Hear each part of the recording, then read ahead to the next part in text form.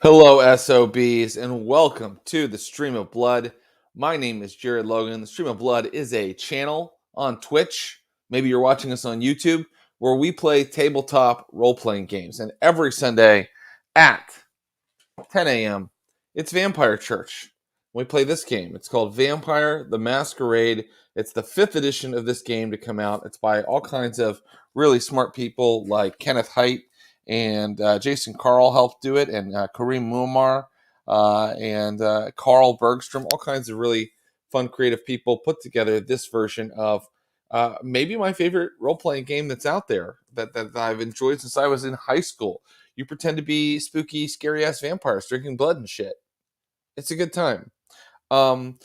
You have found us. If you're tuning in for the first time to this episode, go back and watch the rest of the series, because this is an ending today. We have been on a long journey with these characters, and we didn't realize necessarily that the Chronicle was going to sort of come to an end as it is right now. But this Chronicle that we are currently engaged in, Reign of Blood, I think that it's coming to an end today. And today we present kind of a little epilogue, a coda for you, if you will. And we'll get into all that in just a little bit. But before we do, let's have a moment of silence for Jen Brown.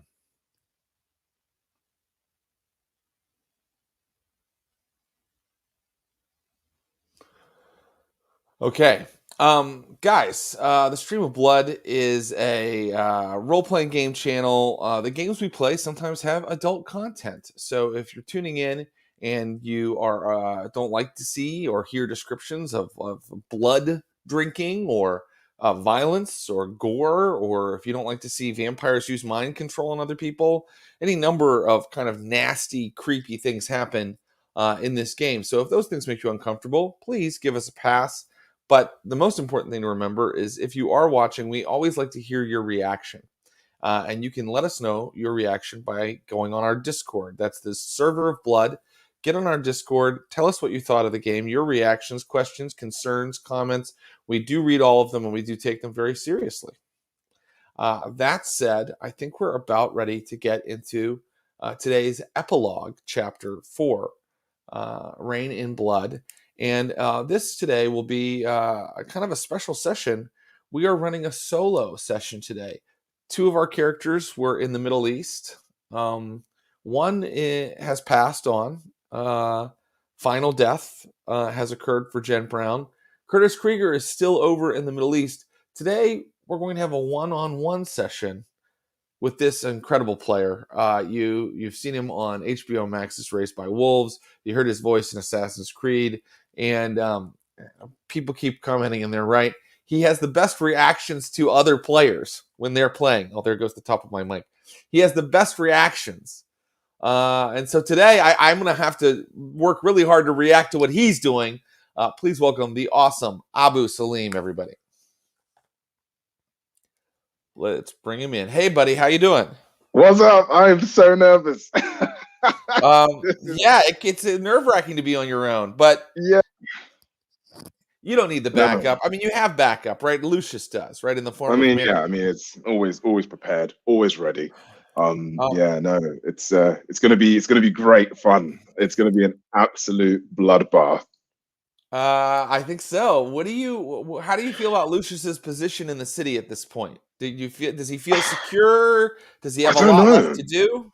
It's funny, it's because I do genuinely feel like again, like I'm not planning anything, right? So it's sort of just going with the flow of it all. And I think the situation of even where he's at always makes me think like even himself is not necessarily secure. He feels quite insecure. It's kind of crazy. Yeah. It's very weird. And I think like I think his mentality and his headspace is sort of a space of like, what the hell? Like, what is going on?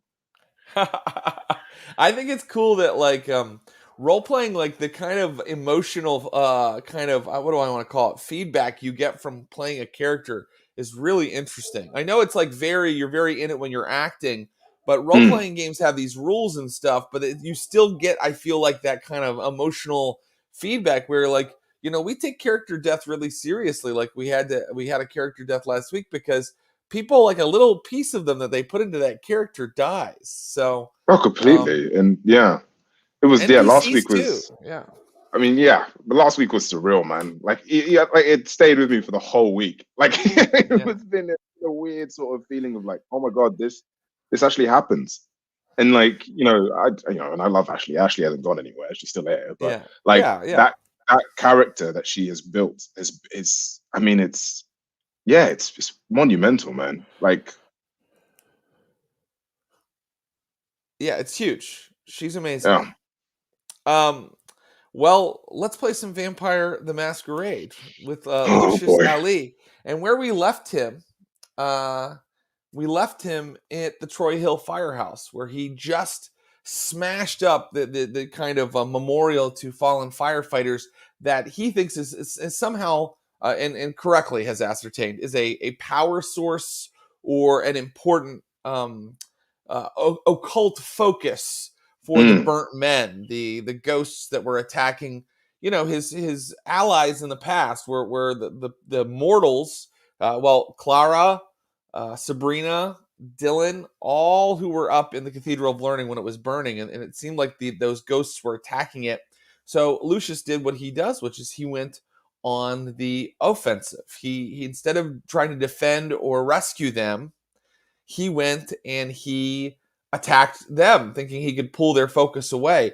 And I can tell you that in the last moments after you've trashed that shrine, you can make a wits plus awareness roll for me to see if you think you succeeded. Wits plus awareness. Okay. Yeah. Right. Let's see.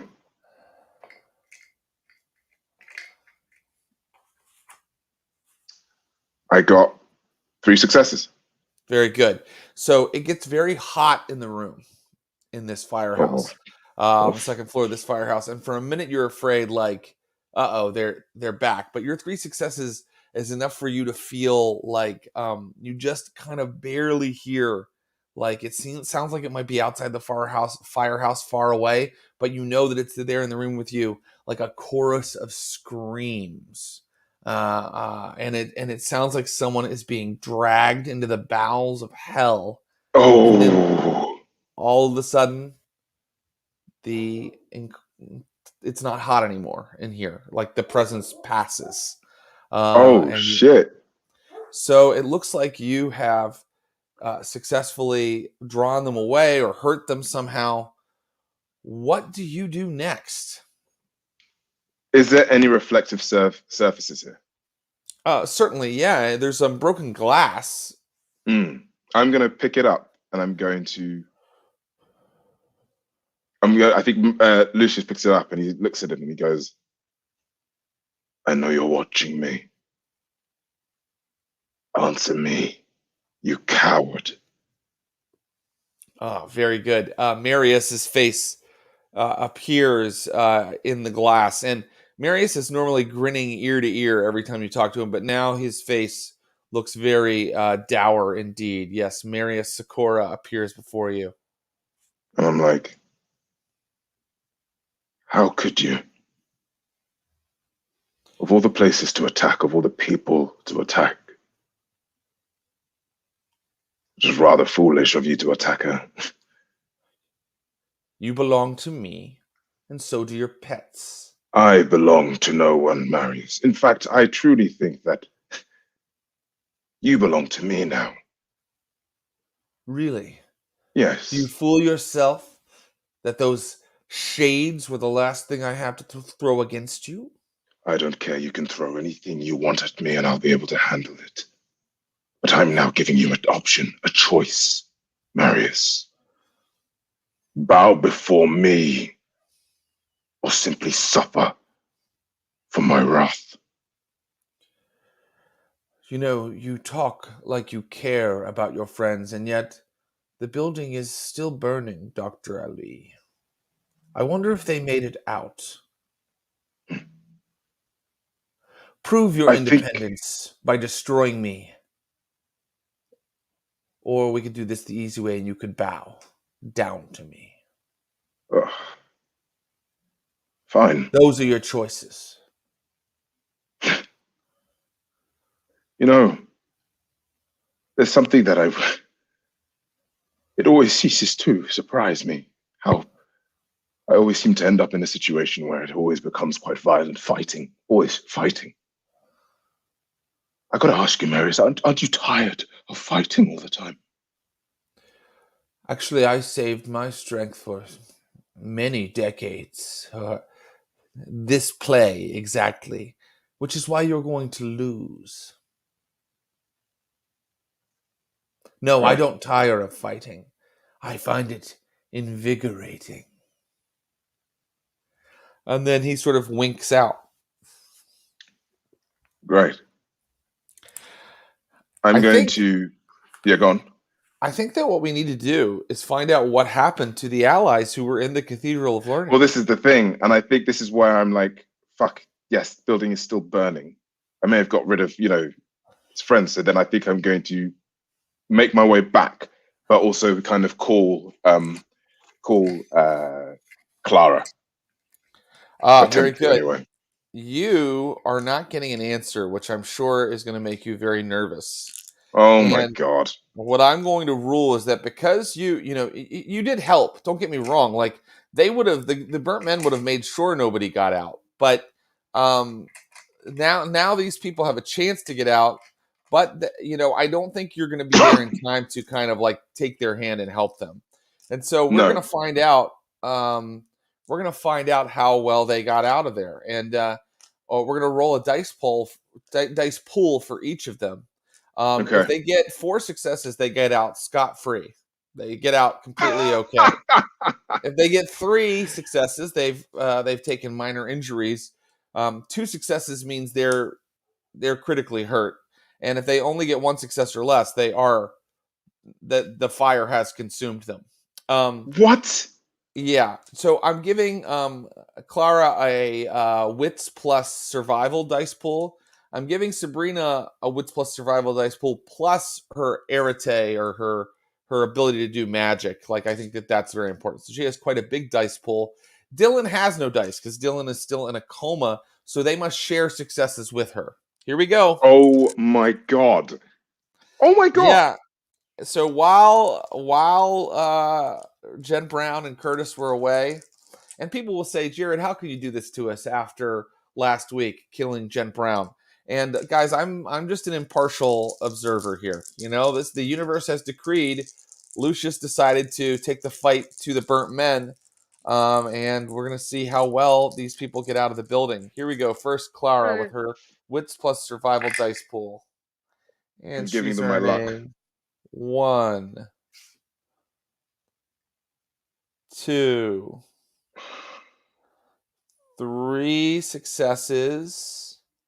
That's it. But she's going to spend a willpower and roll her dice that failed again. And no new successes. So Clara gets out with minor injuries. That's not bad. Okay. That's not bad. But she might have to share some of those dice with Jen Brown. With Dylan rather. Don't forget. Here comes our friend Sabrina. 1, 2, 3, 4, 6, 8. Okay, here we go, Sabrina. Come on, Sabrina. Remember, you got to share these dice, these successes with Dylan here. And Sabrina rolled 1, 2, 3, 4. Okay. So we have a total of 7 successes to distribute among these ladies. I think. Can't you willpower? Can you use willpower? Yeah, for Sabrina. Can't she? She can willpower. That's right. She can willpower. That's a good point. Okay. Here, she'll willpower as well. And that earns her 1 more success. So 5 successes. So here's what happens. She's going to give 3 of those successes to Dylan. So Dylan and Clara get out with minor injuries. But I'm going to say that when you arrive, Sabrina has sacrificed herself. She's used her magic. She's tried to control fire, which is not something she's used to doing. And when you arrive back at the Cathedral of Learning, EMTs are putting her into an ambulance, and she is in critical care. Oh, they're trying to save her life. Clara's there, and she runs up to you, and she's like, "Where were you?" I was helping. I knew who was attacking you, and I put them out of their misery. You were attacking them. You were fighting. No, I wasn't attacking them. I was saving you, Clara. Listen, not now. We'll talk about this later. We need to act. I can help Sabrina. I know I can, but I need your help to get her. Humanity, Lucius. You decided I can help her. Clara. How are you going to help her? How? Just trust me. Just trust me, please, Clara. I need your help. Let's get her body out of their hands and into ours. You want to steal Sabrina from the EMTs that are about to drive her off? Yes. Lucius, you've gone mad, man. Clara, please. I'm not. I'm begging you. Please. This is the last time. This is the last time I hope you do something crazy. And you better hope that what you're about to do actually saves her. Because if it doesn't, you're on the list of monsters I need to slay. Yes. Yes. Thank you. Go ahead, do your mind whammy to the poor medics. So I'm going to go walks you over to the ambulance. Yeah, go ahead. Yeah. And I'm going to be like, I hear you have someone in critical condition. Let me help them. Please step back, sir. And then I'm going to connect with her eyes and be like, let me help them. Rouse roll. Okay. Success. Okay, I'm not going to make these guys resist. Okay. You were able to get them to go, if you're sure that you can help her, and then they kind of wheel the bed over to you.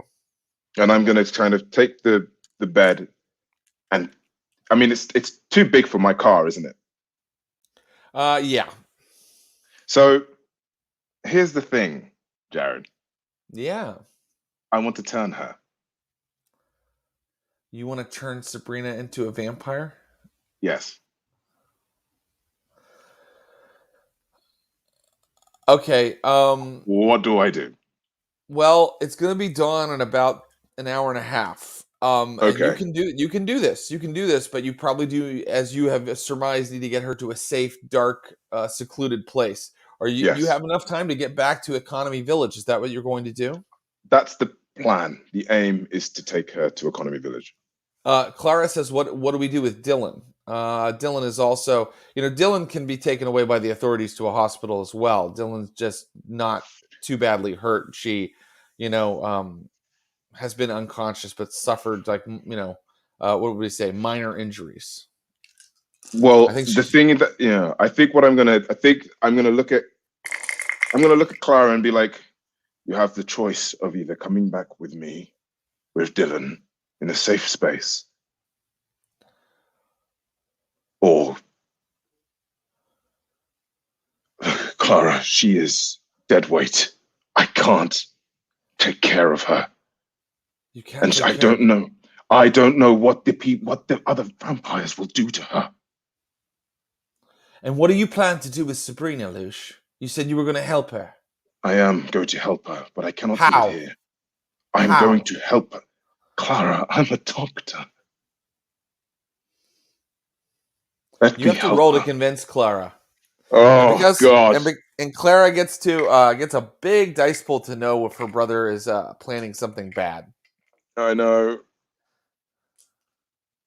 Okay, what do I roll? Plus 2 dice. I think you need to. You're lying by saying I'm a doctor and not saying actual. Well, I mean, you're not lying. You are a doctor, but you're evading the truth a little bit. I would love for you to use subterfuge, manipulation plus subterfuge. Okay. Okay.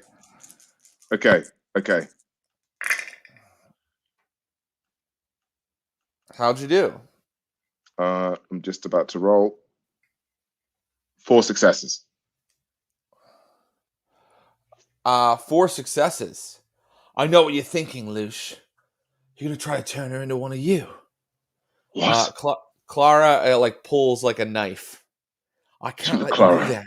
I'm not. I can't let you do that. She is going to die. Do you want her to die? You're gonna die if you try to turn her into a vampire. Oh, fuck. Clara. You don't even know how this works, do you? Do you think she'll still be able to connect to energies like she does after you've killed her? Then what do you think we should do? Tell me. I think you should let the EMTs do their job. I think you should leave us alone. Don't help. Don't save us. Don't come near us ever again. That's what I think. You're not my brother anymore. He died. Now get the fuck away from me. And then I'm going to grab her and I'm going to look into her eyes and be like, you will let me take her. All right. We're using mesmerism. Give another rouse check. Roll your manipulation plus dominate. Fuck. Is there a punishment of using these skills on your touchstones? Yeah, there's a punishment. But I'm going to see if it works first. Okay. Oh, I succeeded, but I'm going to roll the actual it's manipulation and dominate, right? Yes, that's right. Okay. Oh God. What's Lucius doing? Okay. Big dice pool, only 3 successes. She got 4, and the next thing that she's going to do is shove her knife into your face. What? She's shoving her knife into your eye and face. Okay, she gets 3 successes, but I'll allow you to dodge if you'd like, or yes. Fight Can I use fight back? My rapid reflexes. Yes, that sounds right. Yeah. So go ahead and give me are you dodging or are you fighting her? I think I'm gonna dodge her. I'm not gonna, try and hurt her. but I'm gonna try Okay. and I'm gonna dodge her, but I'm gonna again, like, I'm gonna attempt to fucking do this mind whammy again on her, but I'm gonna just dodge her for now. Okay, give me dexterity plus athletics roll, and you Okay, may add your celerity dots to it. okay, great. Being a doctor means that I'm not very athletic, so The knife is coming for your face. I got 3.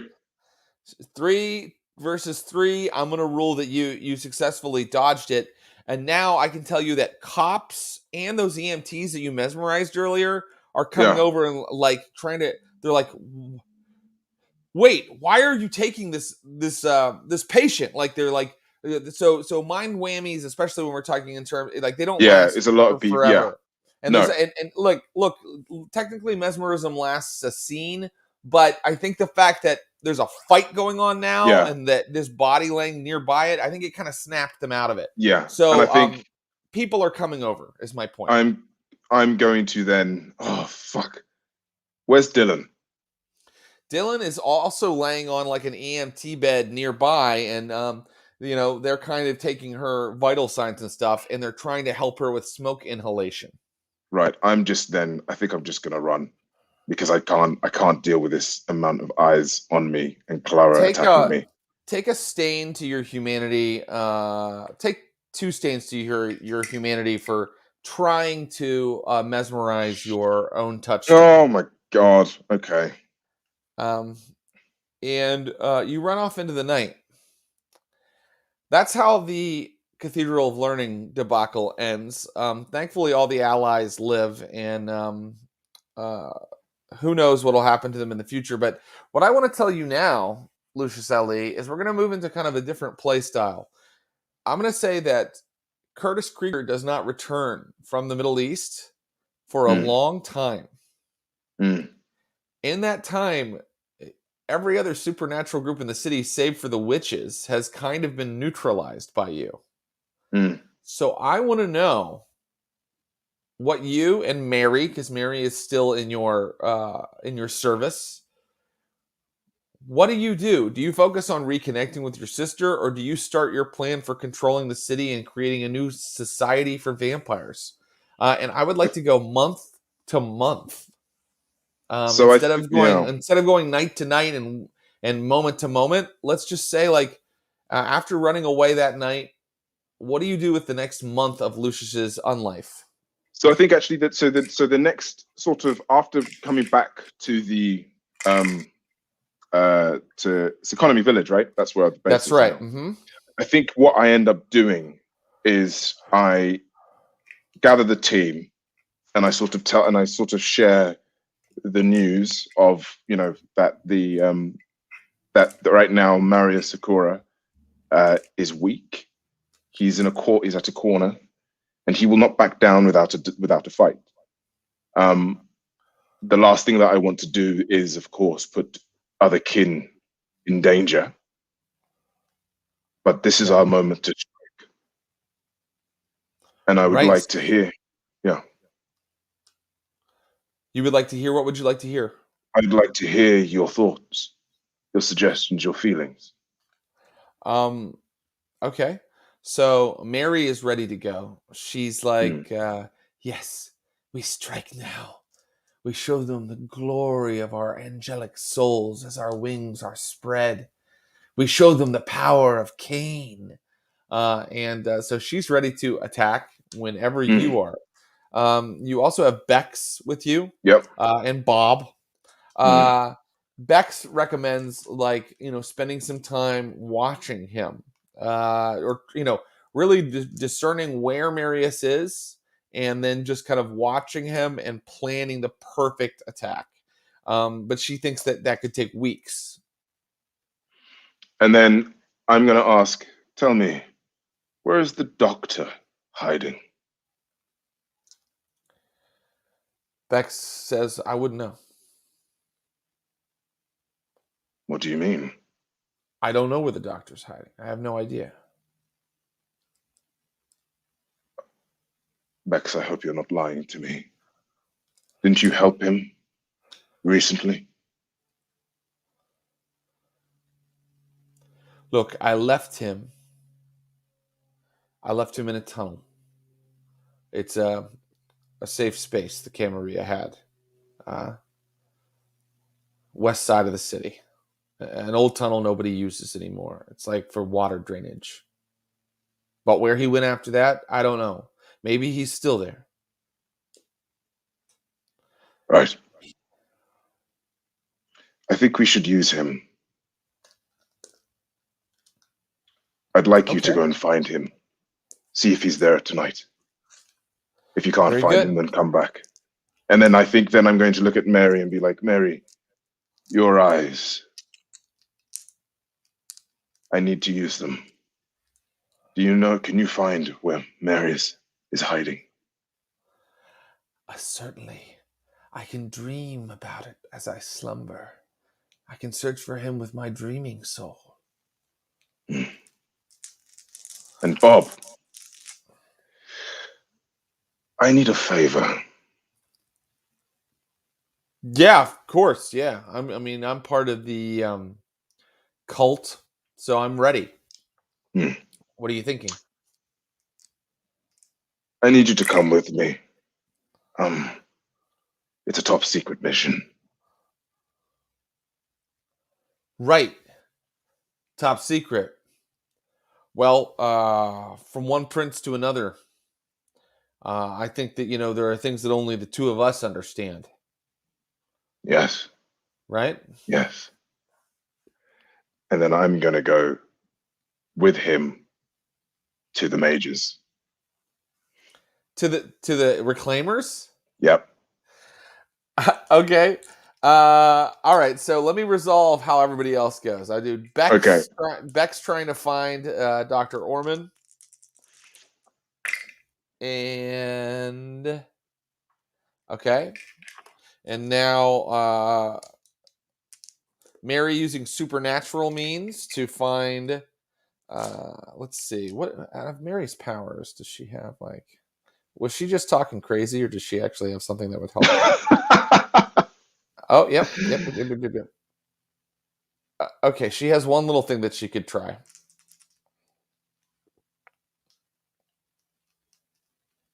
Okay, perfect. Okay.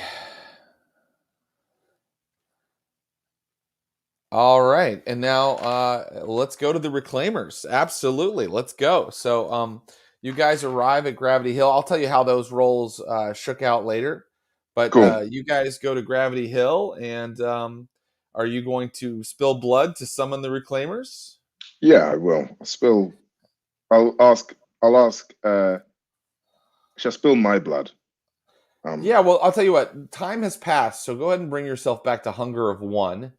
And then if you want to spill your blood, you have to rouse again. But if he spills his blood, if you command him to do it, you can do that. Yeah. No, I'm going to do it. I'm going to do it. I mean, like, having hung out with this Bob character now for a while, I failed, so I'm hungry.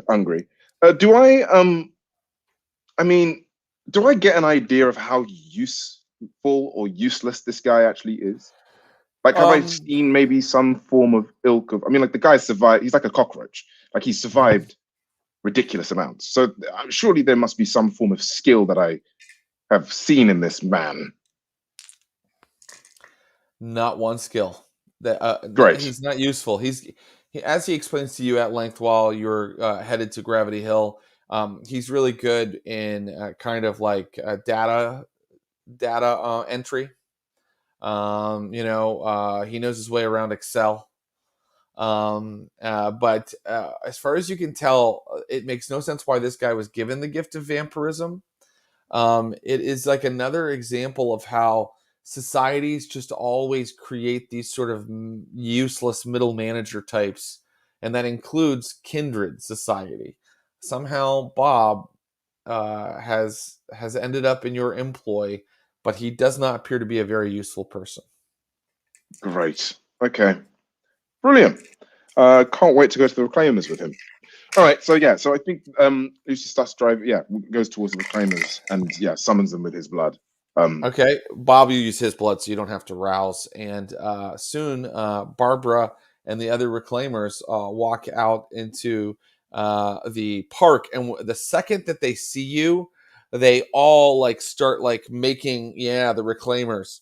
They all start like making symbols of protection against themselves, and they're casting things, Lucius. Like you hear them all like chanting and whispering to themselves. And I'm literally going to raise my hands and be like, I am not here to fight. I simply am here for guidance, for knowledge, for clarity. Barbara steps forward. She's like the eldest, the leader. And she's like, you ask too much. We know who you are, Lucius Ali. Yes, and we I know who you are the are. one that took our prize from us. And I am here to give you another. And what do you offer us? Sanctuary, freedom, peace. The world is yours. It already is. I will never harm you again. I will never do anything to you again. I will simply aid you. I will give you all of what I have and more. So you're saying that your new vampire government won't target us? Of course not. You see, you're the future. I see now. I see so much potential and power in what you do for this earth, for people. I simply ask that you help me in one small thing. I will do most of the legwork. I just seek guidance. What is the boon that you request? Marry Sakura. I wish to give him to you.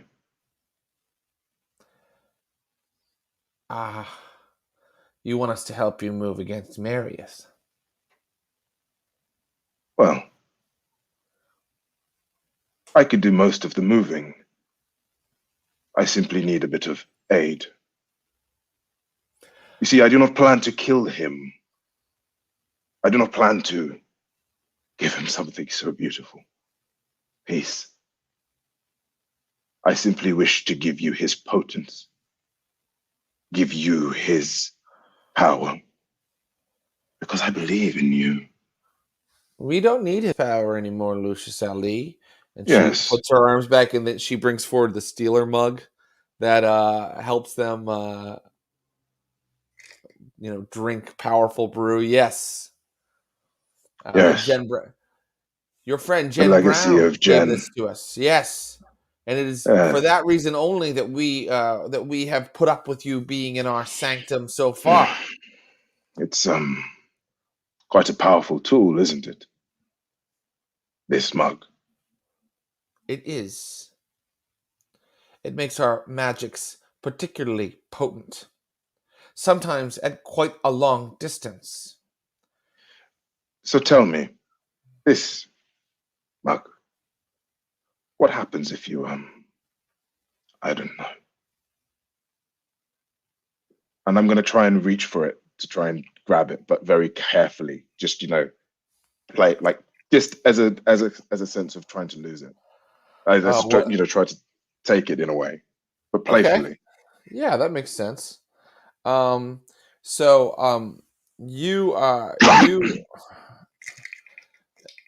try to take it, and the young member of the coven steps forward. The woman who has her hair up in a pony and always seems to have like jogging pants with the word "juicy" on the back kind of steps forward. You'd seen Jen Brown working with her before. And let's see here. Yeah, that seems about right. She puts her hand on it as you reach forward to put your hand on it.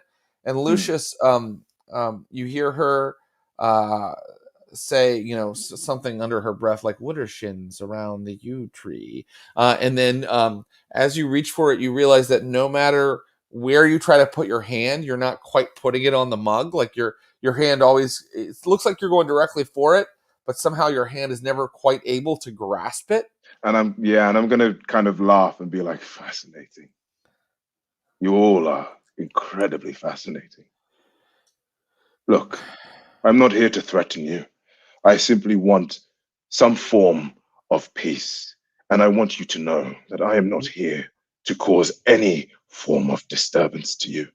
However, I must know also that you wish not to move on me when Marius is disposed of where he believes he is on his throne. The old dragon has survived a lot of upheaval in these parts. If you believe that you can burn him out, be our guest. He's a cancer. But you haven't convinced us to risk our lives to aid you. In fact, you're lucky we're not destroying you right now. I understand. Truly. And perhaps maybe this is the beginning of a relationship that we can form and muster into something brilliant. Destroy Marius and we can talk again. I never got your name. I am the Rex Nimerensis. That is all that you need to know. She pulls out a little kind of like whittling knife, like a little pocket knife, and she says, I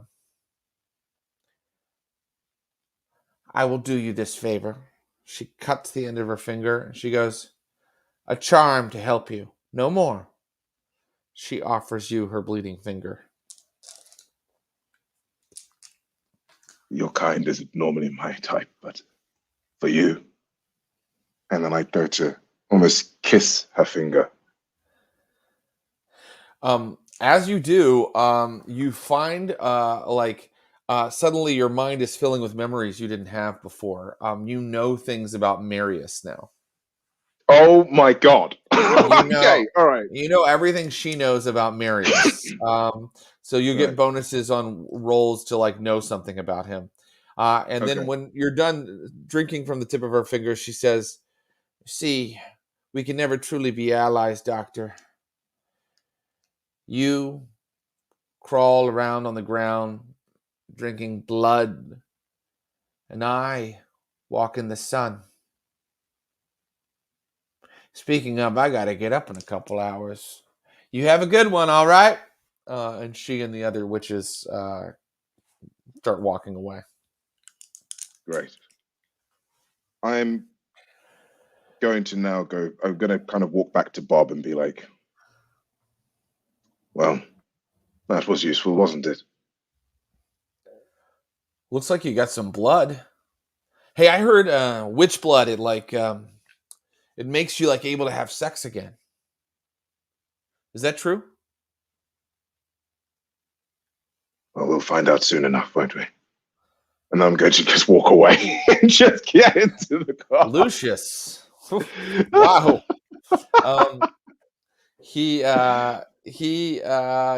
drives you back. And so I can tell you that Mary knows exactly where Marius is. Fantastic. Unbelievably, he has never left the Nativity Hotel. He refuses to leave his spot. Yeah. So he was so sure of his attacks against you that he kept his haven the same. And you know this after Mary goes into this long kind of speech about how Marius dwells where the baby Jesus is born, sits in Jesus's seat and suckles from the virgin's teat. Like Mary says all this stuff, but eventually you realize she means he's still in the Nativity Hotel. Likewise, when you return, Dr. Ormond has arrived. Doctor. Yes. How are you? Yes, Dr. Ali. Very nice to see you again. It's good seeing you too. You seem in better form. I feel better. Yes.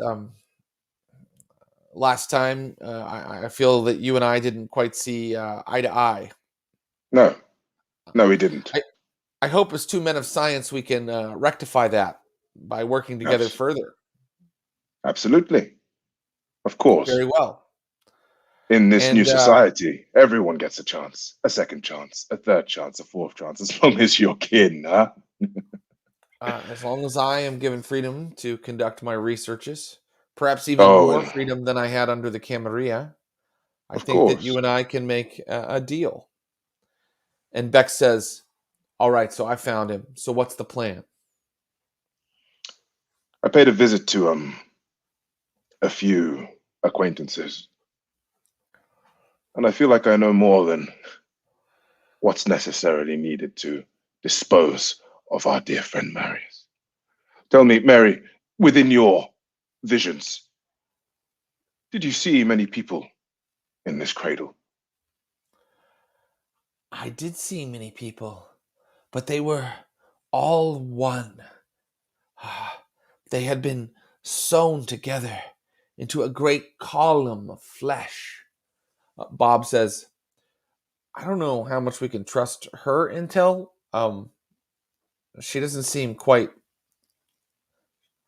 Lucius, she doesn't seem quite stable.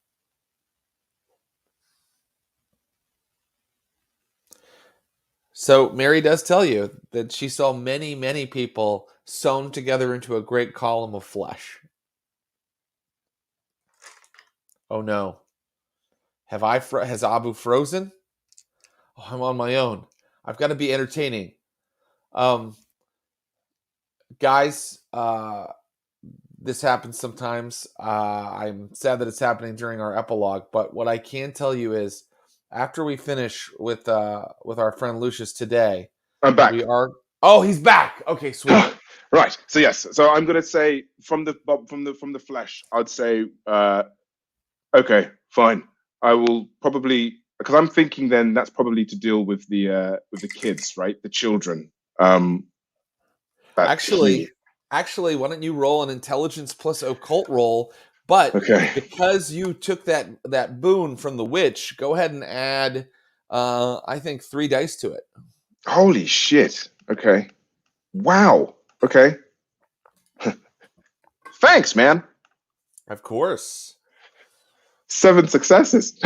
Well, that's a lot. And so you are sure that Marius has one more surprise for you, and that is what is known as a Vazd or war ghoul. Mary isn't being metaphorical, she's being literal. You see, what you have learned through the witches is that Marius is a part of the Dzimitzi clan. Okay. And that means that he has access to a power that allows him to mold the flesh of other living beings, uh, and he can create literal monsters.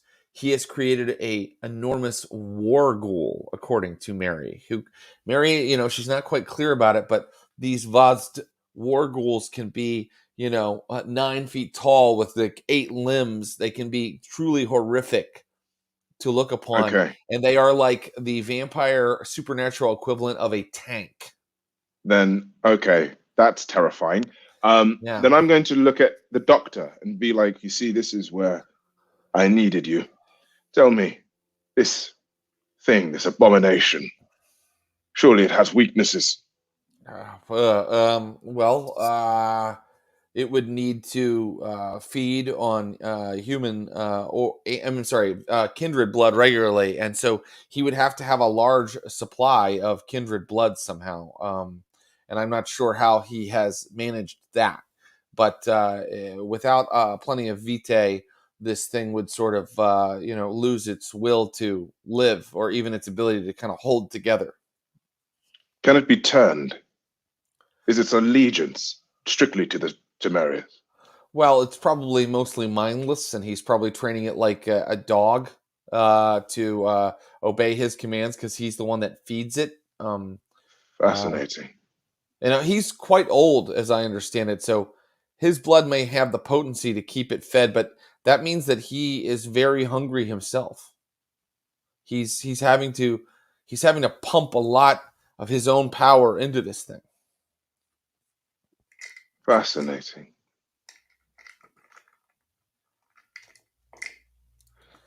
Take the night. We'll simply scour and search the place. We'll think more about these actions tomorrow.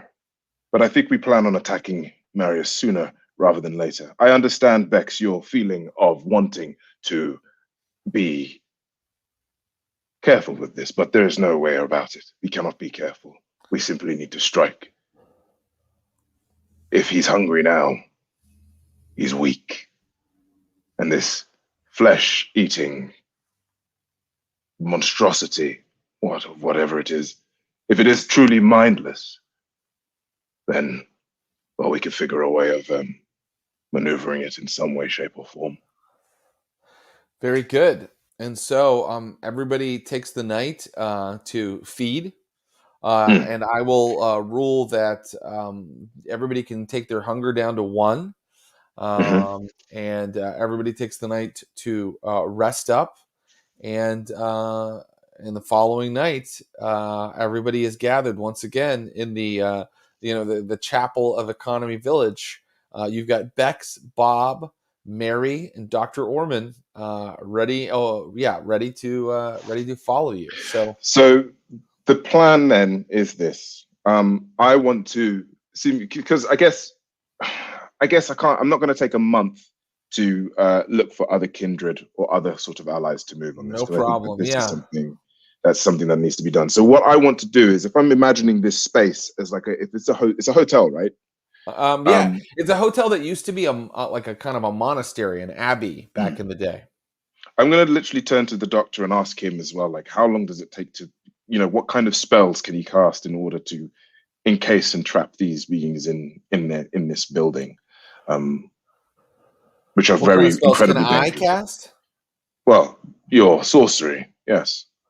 If I am, hidden from the sight of any sort of sentries, I could, over the course of, say, 7 hours, enact a series of wards around the building, which would activate and go off, causing fire to sprout from their bodies if they were to try to exit the building. Of course, this time of year, I'm not sure if we would have enough darkness. So maybe my spells aren't the best way to do this. Perhaps I should just hang back, maintain headquarters. I could be watching you via GPS or something of that nature, helping to coordinate. Am I smelling fear? Oh, yeah. The doctor is a total coward. So I'm going to kind of go up to him and sort of caress his cheek, and then grab his jaw quite tightly and be like, if you wish to live in this society, you will fight for it. Am I clear, Doctor? Abundantly, Doctor, yes. Very clear. I may be able to complete a ward in less time, but I can't do it in minutes. That's fine. We will give you the time. We just simply need the dedication, the willingness of acting. I will join you. Before we actually go any further, is there anyone else who wishes to say, I don't know, their grievances towards this act? Bob looks too scared to say anything.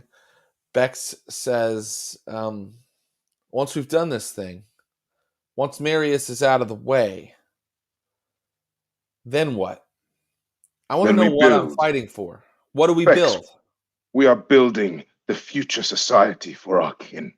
A safe space where we are in control, where we learn to simply be. Without the fear, we need to regain control again. She looks to Mary, and Mary smiles and nods at her, and she says, well, Marius needs to go. She pops a clip into her gun, and she's like, so let's take him down. Fantastic. So, okay. I think we should go to the attack now. I think we should hop right into it. Let's do it. So, the Nativity Hotel. The Nativity Hotel It stands in quite a rundown part of town, and the hotel isn't used very frequently anymore because the city center kind of moved since its construction, since the monastery was turned into a hotel, and now that there are highway overpasses kind of hanging over it, and it's kind of in the shadow of those overpasses. Um, but you remember it. You've been in here before. It's a beautiful old building that's kind of become a boutique hotel, and it looks a little bit more like a church than a hotel. It's dark inside when you arrive, and you rather than going round for round for round, I want to know where you're positioning, what you're asking each of your people to do, and what you're doing, and then we're just going to do a big roll to see what happens here. So the aim is to, of course, trap or kind of surround this hotel. And I won't reveal myself. I want to do it secretly and stealthily. So I probably would put, I'd say, I mean, Bex doesn't have, no, sorry, Mary doesn't have like almost like a shroud of darkness or anything like this to move silently, does she? Mary does not have powers that make her invisible. No. No. So the best way, however, transform into mist or an animal. So if she could transform into mist, is that mist powerful enough to kind of almost form like a fog, this moving fog? And that kind of action, I assume, is a spell that, you know, could another kin be able to, you know, tell that this spell is being enacted? That's a great question. Let me make sure. Let me see. I'm looking up that. So here we go. She has to make a couple of rouse checks. It takes her 3 turns, and she moves at a walking pace, can perceive her surroundings, but she cannot make eye contact or speak. While in this form, the vampire can only be damaged by sunlight, fire, or immaterial supernatural attacks. So she will be virtually indistinguishable from regular mist. I can give you a roll right now to tell you what the weather is like, whether mist would be quite noticeable. Let's see. No, we're being really tactical here. I quite like this. Okay, so the only time it's not going to be noticeable is very early in the morning, like before the sun comes up. So if you want to attack like basically an hour before dawn, then the mist won't be noticeable. It might still go unnoticed, but I'm just going to rule that if a vampire or you know, one of Marius's people or Marius himself can see this mist, they will know what's happening unless you do this right before dawn. Okay. And the wards, they act straight away, don't they? We can't, for example, set up and prep and then attack the next night, can we? It's almost like chipping at this thing slowly. You see what I mean? You're going to have to do it all at once. Because, okay, cool. That's fine. That's fine. Yeah. Okay. I think then I'm going to trust Bex's stealth with the doctor in order to do this sort of round trip. And you want him to ward the exits, right? Yep. Okay. Great. He's going to let's see how long it takes.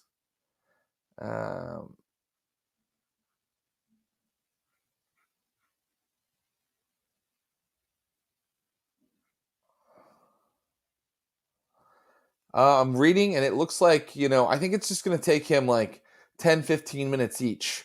So I'm going to have her try to keep him stealthy, you know, try to keep him hidden, and she's kind of going. Or just keep his eye, keep an eye out, you know, be on lookout, really. And do you want him to do all the exits? Is that what you're asking him to do? How many exits? Yeah, how many exits are there? Let's see. I have remembered from. There are windows, all, you know, but then there only appear to be like 3 major doors, like one on the side, one in the back, and then the big door you come in through to go into the lobby. Yeah, that's fine. All of them. I mean, the doors mainly. Okay, so he's gonna try to put a protective circle that will hurt anybody leaving through the doors. But if you want to get inside, you have to get inside before he puts it up, because it doesn't really differentiate between which kindred, you know, like you don't want it to go off when you're going in. Just an FYI. So Bex and the doctor are going to do that. What are you going to do with Mary? I think with me and Mary are going to. I mean, if there's a fleshy gargoyle thing that Mm-hmm. lives off blood, I think what I'm going to do is. I mean, do I know? Would I have asked? I probably would have asked like the movement in regards to do they move fast? They probably do, don't Oh, they? actually, it's hard for it to move fast because it is such a huge, ponderously large monstrosity that it is difficult for it to move extremely quickly. So then the idea then is for Bob to be brave, be a warrior, and lure this thing and distract it while me and Mary deal with deal with Marius. Interesting. Okay, you want Bob to distract the, and then you guys are going in through like a window or something while they ward the Yeah, doors. Is that right? yeah. Okay, great. All right. So, should we start making rolls now? I think so. I don't Okay. know if this is a terrible, terrible idea or if it's going to work. Okay. We'll start with just Bex and Dr. Orman going forward and sort of stealthily warding the doors. And here comes Bex's stealth roll. And I can't really tell you how she's doing, except to um, in a minute you'll find out. But Okay. she is in contact via her phone, telling you that they are now in position in front of the third door. They're working on the third door, which was your cue to go inside. Okay. So you're going to come in through. There's like kind of a skylight into the lobby, or you could go into one of the upper rooms, one of the doors, and one of the windows into the upper rooms. Which Well, have you chosen? from my time in this space, would I have known where Yeah. Marius stays? Oh, yeah. He has the penthouse. He has the best room in the house, which is this is a former church with like pieces of building kind of stacked onto it. So it's not really that high. It's like the fourth story of the building is just one big large sort of luxury apartment that Marius stays in. And there's no secret space or anything like this around the area or anything. There is no. What do you mean, secret space? Like a secret hatch or some form of like underground space that he might be able to, that we haven't accounted for. You see? Yeah, certainly. You know what? Give me another intelligence plus. Let's call it occult roll again because it's stuff you know about Marius, and add the 3 dice from what the reclaimers gave you to it. Okay. 6. There is a bolt hole. There is an escape hatch into the sewers of Pittsburgh. You actually go to the bathroom in the lobby that's off of the lobby of the hotel, and in one of the stalls you can pull back the toilet, and that leads you down into the water beneath. Okay, that's good to know. So this could be another escape route for him. So right.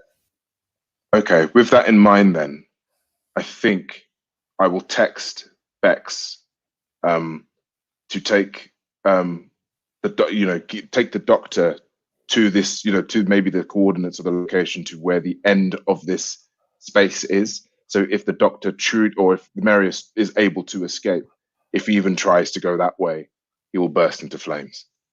Right. So you want them to go into the sewers and cut that off at the pass. Yep. Okay. Well, I can tell you that you don't get a text back, and then you hear gunfire. What the? Oh my god. Okay. Yeah. So the stealth roll didn't go that well. Okay. I'm gonna then start moving towards. I look to Mary, and I hear the gunfire, and I'm like, we need to move quickly. Where's Marius? So go. Let's find him. And she leaps into the air, becomes a raven, and starts flying toward the penthouse. Cool. I'm gonna start making my moves towards the penthouse, but I'm also gonna try and because if there are many rooms here, if I'm hearing gunfire, then that means that this man has recruited people. So he always had at least one guy. He had Junior, his like ghoul, who kind of chauffeured him around. So it's not sounding like a gunfight involving 9 guns. But you are hearing gunfire. I need to know right now, are you heading into the penthouse with Mary, or are you and I'm gonna Bob go going with somewhere Mary. else? No, I'm Okay. going with Mary, and I'm gonna get Bob to, as I said, Bob to possibly go and help. Okay. Bob is going to roll his willpower to see if he is going to actually help. Bob fails. And so you start to rush forward toward the building, and Bob is like, I'll catch up with you. And you can see that he's actually climbing the other way. Oh my God, fucking idiot! I'm not even gonna go with him. I'm just gonna keep going with Mary. Okay, Mary shatters what used to be a very beautiful kind of like stained glass window that kind of looks in on the penthouse, and she shatters it in bird form. And as she's like going in, she transforms into herself again, and she's looking around, and there is no Marius in this room right now. Okay, that's fine. So then I would assume that he is probably. Oh my God. Okay. If I so Marius isn't in the room. Um, No. so he would have been possibly with this flesh-eating thing feeding it. Yes. So I am Possibly. going. So I'm going to go to. Oh, fuck. I'm going to go towards it. Okay, you're gonna go toward. Okay, so right now, let me just set the scene very clearly. Right. You and Mary have smashed your way into Marius's Yeah. I've like penthouse. leaped faith into the room as well. Yeah, Yeah. you did your like soaring leap in here. And so where are you going in the hotel? The lobby, that escape hatch I mentioned. Are you looking through some of the rooms in the upper floors? Are I you going to think. his weird flesh mirror? Where are you going? I think I'm going to. Oh wait, the flesh mirror. Surely I could use that to find him. Interesting. So that's what I'm going to do. Very good. You rush to the flesh mirror, and it is going to require just, I think, let's call it a manipulation plus occult roll to get it Okay. working. Okay. 4. Okay, that's enough. So you're looking into it, and you're looking for Marius, and you can, remember it's like a flap of skin that sort of Yeah. transforms into the image, and you are looking. What it looks like, you're like looking up at Marius, and he is shouting something in another language, perhaps Romanian. He's shouting, but you are looking from like an ant's eye view at him. And then Okay. you hear the echoing sounds of water. Of water. Mm-hmm. Okay. Would I have any idea what this water is? It looks like he is he's somewhere where he's wading through water, or there's water everywhere. He's in the fucking sewers. Right. Okay. That's so what I'm going to then do is I'm going to look to Mary and be like, he's in the sewers. He's hiding in the sewers. Come, my child, our glorious crusade is at hand. And she, instead of going down the stairs, she lifts her fists up and smashes them into the floor as hard as she can so that Jesus. timbers actually break. It takes her once, twice, and then the third time she does it, she falls through the floor down into the lobby, and she is headed for the escape route that you mentioned to her. Are you following So her? I am going to. I mean, how far is the actual point of exit? For example, like it from the actual space. Like So, if I was to kind of if Mary was to come in through this way and I was yeah. to come in through the behind, is that possible? Or Right would now, that you take too both much just need to time? get into the. But right now, you just both need to get into the sewers, right? Right. So Yeah. right now, she's going lower in the hotel. She's not going into the sewers yet. So you need to No. go to that bathroom where that escape Okay. hatch is and go I'm in there and go down. Are you going to do that? I'm gonna do that. Okay. All right. So both you and Mary go to that bathroom. Mary rips the toilet up out of the way, and there is, in fact, a hole with a ladder leading down into the sewers, and you can hear far off someone shouting in a Eastern European language. I'm gonna pull Mary aside and be like, you need to be careful. He has this beast, and this is a one-way system. We could be trapped. My light will shine in the darkness. Oh, Cain, we have finally found our moment. and she steps off into the darkness and falls. Okay, I'm gonna follow her. Now we could go round by round here, but I don't think we're going to. I'm just going to set the scene, and then we're going to have one big roll because Okay. what happens is, do you have anything that helps you see in the darkness? I mean, No. blood sorcery. No, no, I don't. So it's very dark for you, Lucius. In fact, you can't see anything. And I don't say that to make you look like a fool, but I just want to say that, like, we find out that we make these plans, and we think that they're so impregnable, and then something as simple as darkness trips us up. And so Fuck. you are going to be taking a -2 or 3 to everything you physically try to do here. Okay. You are splashing around in the sewers. But you hear Mary growl, not like a wolf. You're not like a monster. And then up ahead of you, you get the feeling. You hear very loudly Marius chanting in Romanian, and you hear a huge bulk moving, slithering, sliming towards you. And then you can just barely see it because Mary's eyes light up like bright red, and in that like kind of faint red glow, you see the thing moving through the darkness towards you. Can we see it? Yes, it looks like that. What the? Okay. Wow. Yeah, Okay. And this it's thing is mindless? well, it's got its orders because it immediately clashes with Mary. And you don't know where Marius is, Lucius. You're just not sure where he's at. So, what do you want to do? Do you want to help Mary fight this thing, or do you want to find Marius? I'm going to go off. I can't leave her with this thing. Can't I order Mary not to move from this thing and go for Marius? Yeah, you can. Yes, I think I'm gonna be like, don't fall into his trickery. This is simply, we need to go for the heart, not for the shield. So yeah, that kind of vibe. Smart.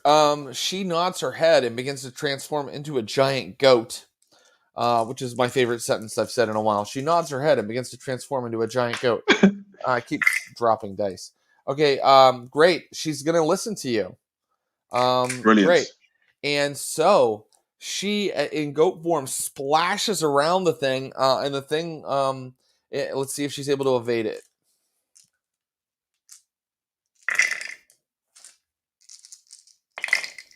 Okay.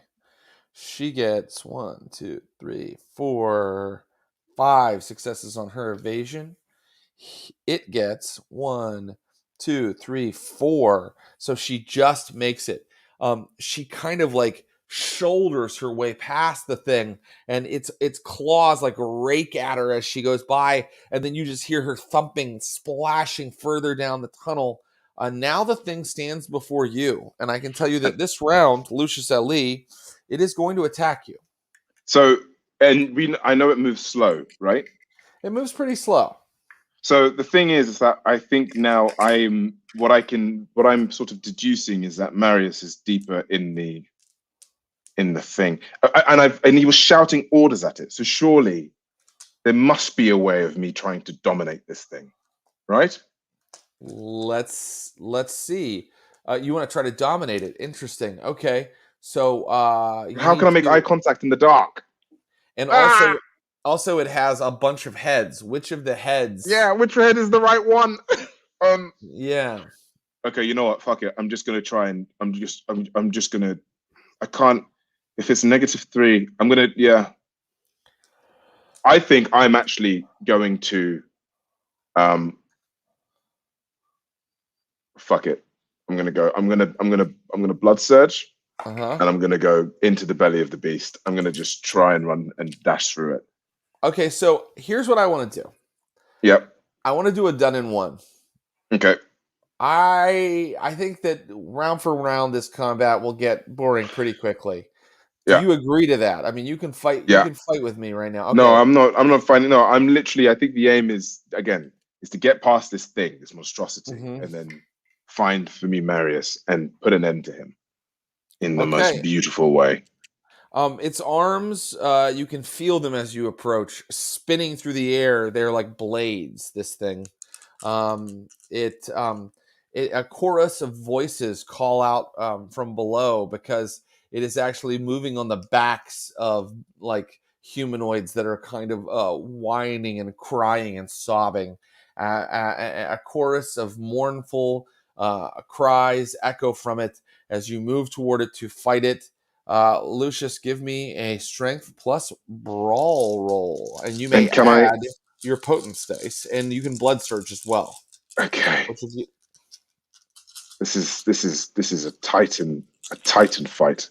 This is our done in one. Whoever gets the most successes wins. And let's see, if the amount of successes they win by will affect how badly hurt you are.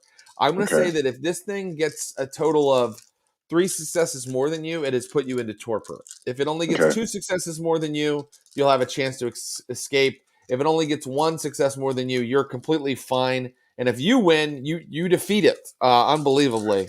What the fuck? It could happen. We'll make it beautiful, though. We'll make it beautiful. Here we go. Are you ready? Yep. I'm rolling. Okay, don't tell me what you got yet. Okay. Okay. 6. Okay. The creature, the Vazd, got 7 successes. Oh, you bastard! All right, I got 7. Can I use a willpower to try and? Yeah, you can.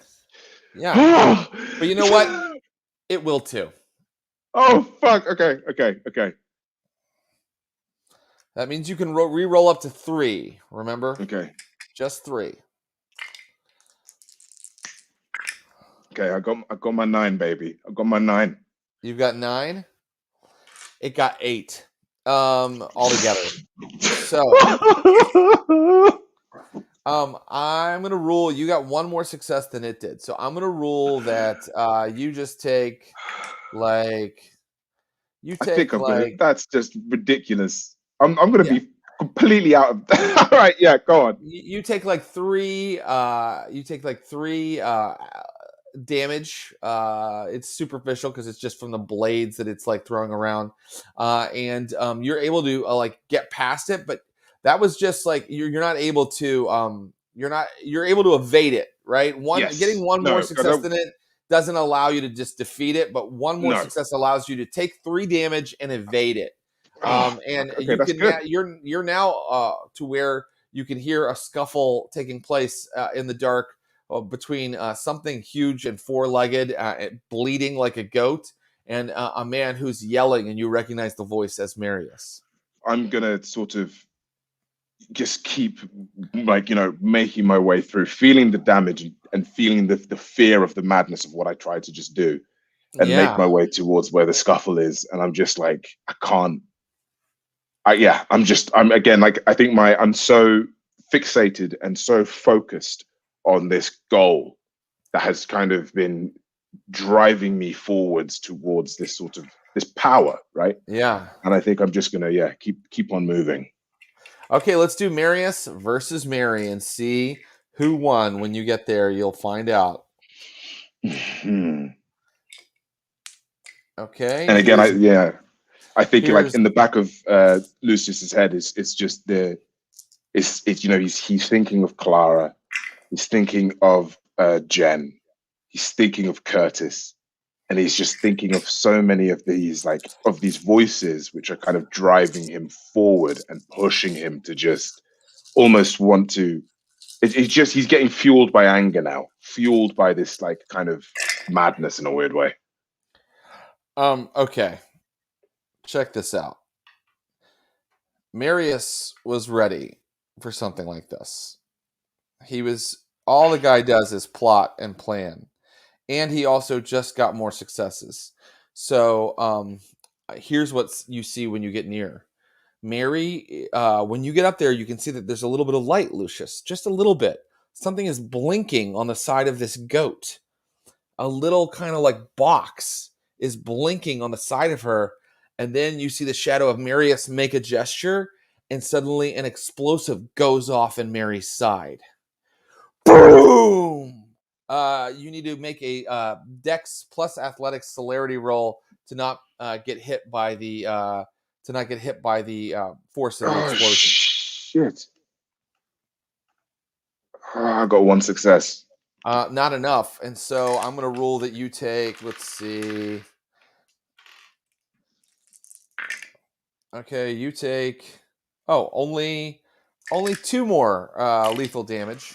As a big hole opens in the side of this goat thing, and Mary, screaming, starts to shrink back into her into her humanoid form, and you hear ha ha ha ha, and then splashing farther down through the sewer. I'm just gonna fuck. I'm gonna go to Mary's KO'd, right? Mary is out of. She seems like she's losing her like monster form, her like goat form, and she seems KO'd. Yes. I can't just leave her here. Oh fuck. Oh, this is like I'm just having this Mass Effect suicide mission in my head, just playing, and I've done terribly. So I'm just sort of I'm gonna go after him. I'm just gonna go after him. You follow. You pursue him. Right now you have what 5 lethal damage, which for you, Yeah, or actually, I was not gonna lethal. say. It's superficial for vampires. It's always superficial for vampires. So you've taken. Let me see where you are at health wise. So you've taken 1, 2, 3, 4, 5. Okay, you have another health level before things start getting worse for you. So. Yep.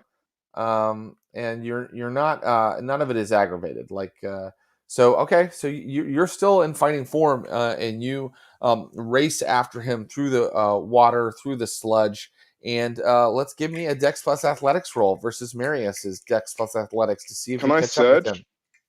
You can surge. Yes, you may. Okay. If you haven't already, you may. Yeah. What is your hunger at, by the way? 1 because we no 2 Oh, no right. 2 yeah 1 2. because I didn't I reset it. Yeah. Yeah. Okay. So okay, cool. Oh god, this is getting tense. I'm sweating. Right. Okay, got 5 successes. All right. You catch him. Okay. And when you catch him, he's like holding like some kind of like remote control in his hand. But it's kind of like blinking, like it says some sort of message like activated already. And you can't really see him. It's so dark down here, but you can feel him.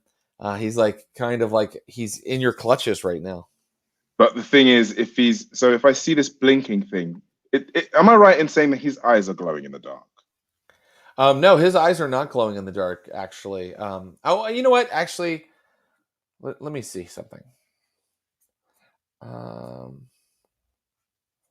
He does have access to Eyes of the Beast. A red gleam. Yeah, he has a red gleam in his eyes. You're right. So I'm gonna look into his eyes, and I'm going to basically tell him to surrender to me. And this will be, just surrender to me. Okay. Roll your dominate plus charisma. I've surged, so I'm gonna add those bad boys.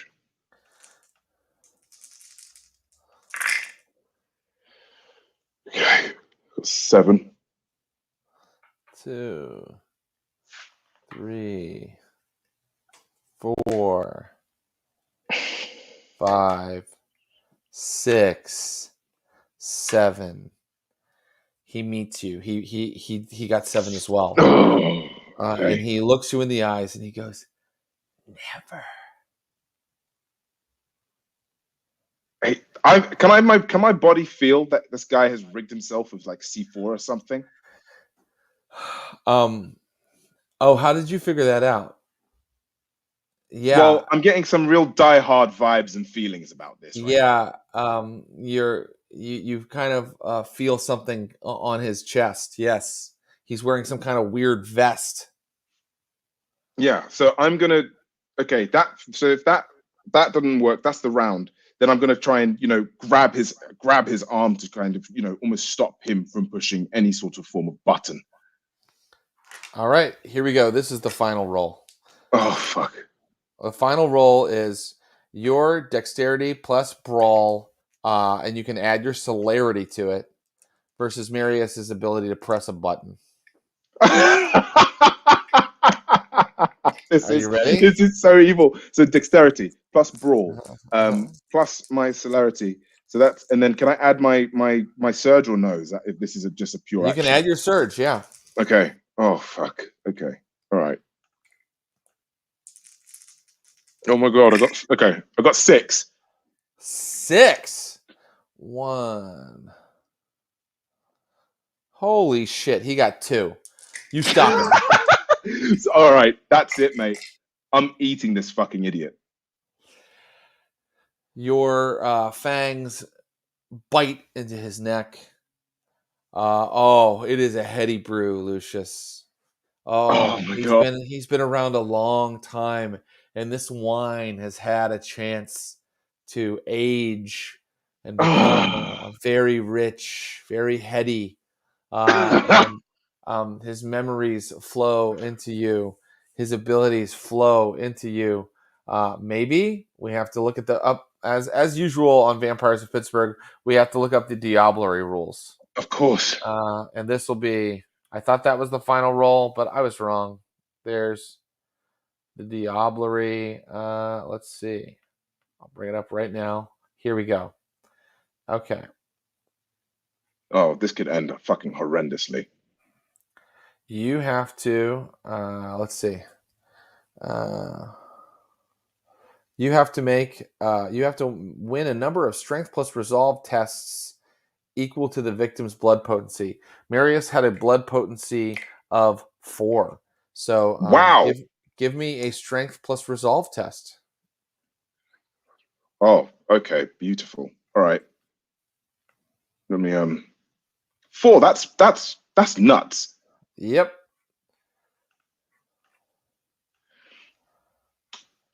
Got 7, my friend. Okay, that's the first test. Now here comes the next one. Strength plus. Shit. You can feel yourself taking in his power. You can feel all of his little memories and his habits and his all the steps he walked over the course of over a century, kind of trickling down your throat. And now the second strength plus resolve test. I got 3. Fucking 3 is enough. 3 is enough. It's a difficulty 3 test. You just need to do this 2 more times. Okay. And now he is half exsanguinated. You can feel his stiff attention, the life in his body. He's starting to go limp. Give me another strength plus resolve test. 5. Okay.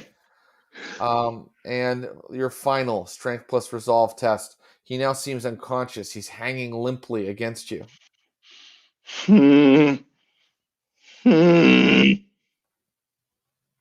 Oh, okay. 5. You lose 1 point of humanity, which I believe brings you down to 2 humanity. You now need to roll a contest of your humanity. What? Plus your blood potency, so that's 4 dice for you, versus the victim's resolve plus blood potency. But I'm potency 3, right? I think I'm sorry. Yes, you are. You're 3. So 5. So you would do 5 dice. Yeah. So you have 5 dice, and he has the amount of dice he has because he's going to roll his resolve plus blood potency. What the fuck? What happened? I didn't realize that this was I completely forgot about this this whole humanity thing. Yeah. Okay, I got 4. What does that do? Guess what? He got 4. So you don't get 5 experience points because you didn't get more successes than him. Right. So you don't get the experience point, and the roll failed because he matched you, right? Like you got no net successes on this Oh roll, and shit. so you lose an additional point of humanity for each success by which you failed. Okay, well that it's a tie, so you don't lose another point of humanity. You stay at 2. If this corrodes their humanity to 0, the prey's mind replaces the Diabolarists. They become the host body of the blood. Well, that didn't happen, thank God. But you get no experience points from this, and I'm going to rule that from now on, Lucius has a big part of Marius in his mind and in his soul. What? But technically, Lucius is still in control. But all you've done is kind of pick up a trespasser. Oh my God, like a virus. Like a virus. And that is a perfect place for us to end Oh my God. today's epilogue session with Lucius Ali. Thank you, Lucius. Thank you, Abu, for taking it all the way to Diablerie Town again and I losing gotta yet end it another that point way. of humanity. You know what? Part of me was actually hoping for him to take, like, for it to fuck up, like, genuinely, because that would have been beautiful. But anyway, I am still fucking up. Sorry. No, that's okay. So here's what I want to do now. I want to announce what we are going to be playing going forward. We will be back, I think, in December with a big kind of final chronicle, final scenario adventure for the Vampires of Pittsburgh. But we are losing a player for a little while. We have Ashley Burch has other commitments for a little while throughout the month of November. So we thought, what can we do? Because we have about 6 sessions that we need to fill. And I remembered that I had promised that this season of Vampires of Pittsburgh, this chronicle, would include Frankensteins. But we never actually made a Frankenstein materialize. We just didn't get there. The chronicle ended a little earlier than I think any of us expected. And so for the next 6 episodes of Vampires of Pittsburgh, it's no longer Vampires of Pittsburgh. We're going to be playing Frankensteins of Pennsylvania. And the game we'll be using to play that is Promethean the Created. It's a new World of Darkness game. World of Darkness, meaning that the version of the World of Darkness that came out after the original in like the early 2000s.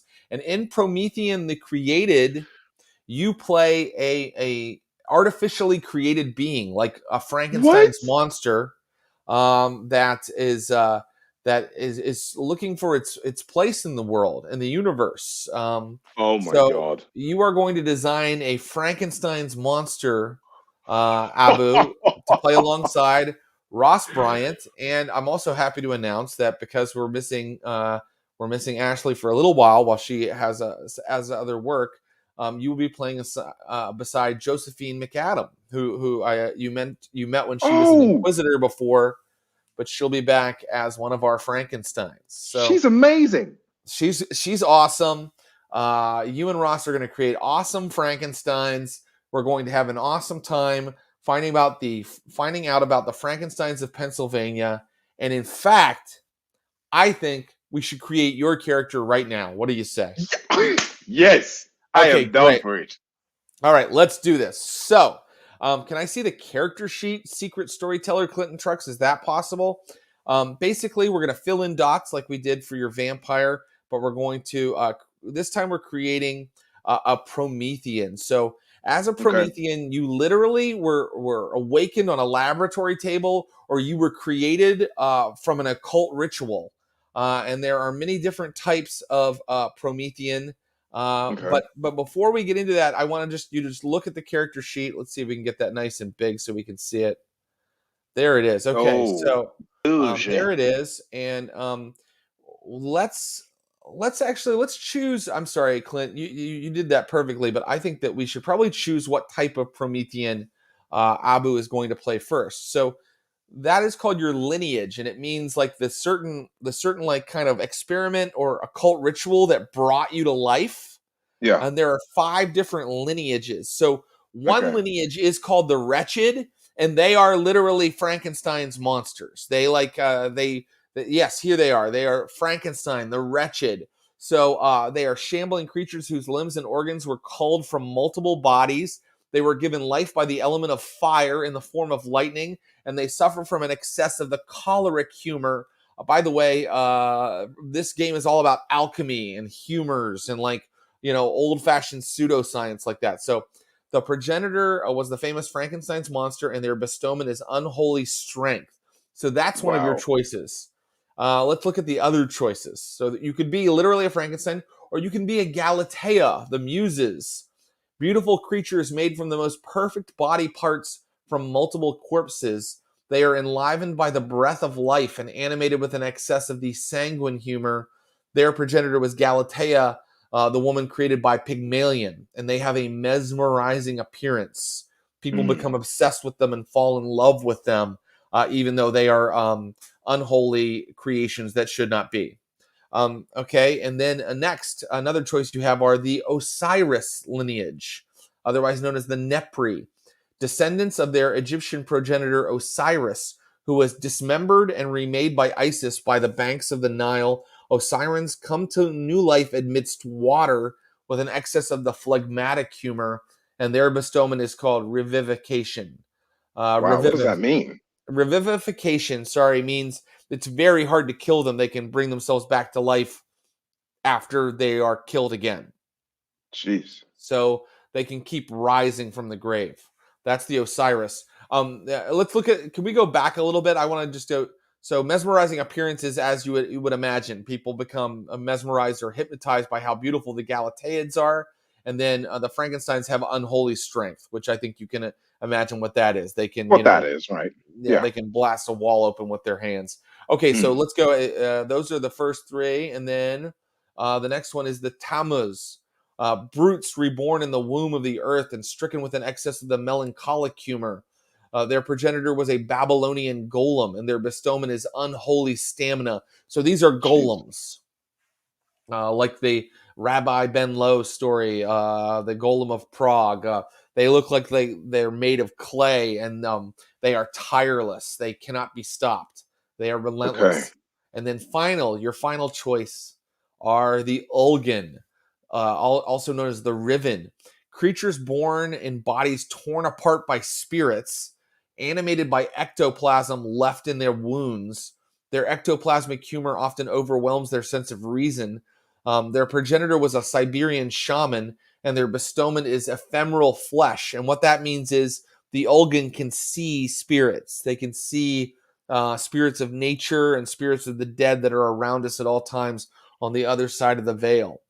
So I ask you, which of those lineages seems interesting to you? Which kind of monster do you want to be? I think I want to be the Osiris one. Yeah, great. Osiris. I think there's something interesting about that. Yeah. Because I think, because I've already got some crazy fucking story in my head. This is brilliant. Yeah. Okay, cool. Okay, so I'm going to put Osiris. So we got that. Okay. And then let's look. So you need to choose a virtue and a vice for your character. And that means, like, what is the thing about them that is the most virtuous, and then what is their weakness. So you can see that they are literally the 7 virtues: charity, faith, fortitude, hope, justice, prudence, and temperance. If you have questions about what those things mean, I can outline it for you, but you can kind of guess what a charitable or faithful person is like. Prudence means you show good judgment. You don't jump headlong into things. Temperance means that you don't enjoy too much. You don't allow yourself to get caught up in the desires of life. You kind of keep a more spiritual distance. Do any of those look like your character? Hope. Great. I love that. And then vice. What is your character's problem? Is this monster envious, gluttonous, greedy, lustful, too proud? The book says that a lot of the Osiris lineage carry themselves like the kings of old. They think that they are above others in that way. You don't have to play a character like that, but that's just one kind of a stereotype attributed to the Osiris lineage. I think I'm going to play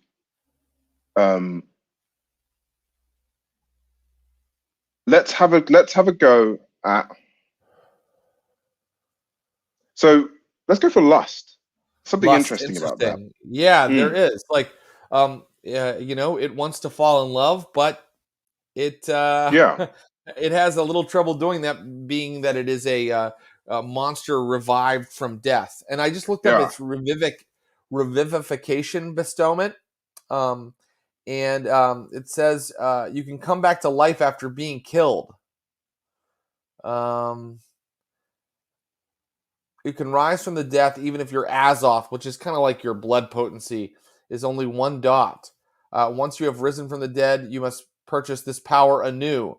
And this revivification also allows the Promethean to raise other Prometheans from the dead within 24 hours of their death at the cost of 1 permanent dot of their Azoth. Like I said, it's like your blood potency Azoth. So that's kind of cool. You not only can come back to the life more easily, you can revive someone else from the dead. That's pretty cool. I'm a healer. I'm a priest. You're a healer, yes. No, that's a good point. And maybe he is actually, in which case lust becomes very interesting. Okay, so now let's fill in your attribute dots if we can. Clinton Trucks, can we bring the sheet back up? Attribute dots. You're going to get. You get to choose which is the most important, which is the secondary importance, and which is the least important out of like the intelligence, wits, resolve is all mental. Strength, dexterity, stamina is physical, and then presence, manipulation, and composure are social. So which of those is most important to him? I think so out of the 3 rows, so I'll choose which one is more important out of intelligence, wits, and resolve. So I think for me it would be resolve, and then intelligence, then wits. Okay, so and you think the mental are the most important category for him? So sorry. Yeah, that's okay. No, sorry. I think which of the 3 columns? Yeah, it is. I think that's interesting. Yeah, I think actually out of the 3 columns, I'd say that the intelligence, wits, resolve is his first. Okay, then great. His strength, dexterity, and stamina, and then presence, manipulation, composure. Okay, great. So put 5 dots into intelligence, wits, and resolve between them. Where do those 5 dots go? So if the 5 dots, let's do 3 in resolve. Okay. 2 in intelligence, and 1 in wits. Oh, no. And then put the other one in resolve. Boom. So thanks, man. You get 5 altogether, and I'm counting. We just spent 2, 3, 4. 6. Oh, 6. So take away 1 intelligence then.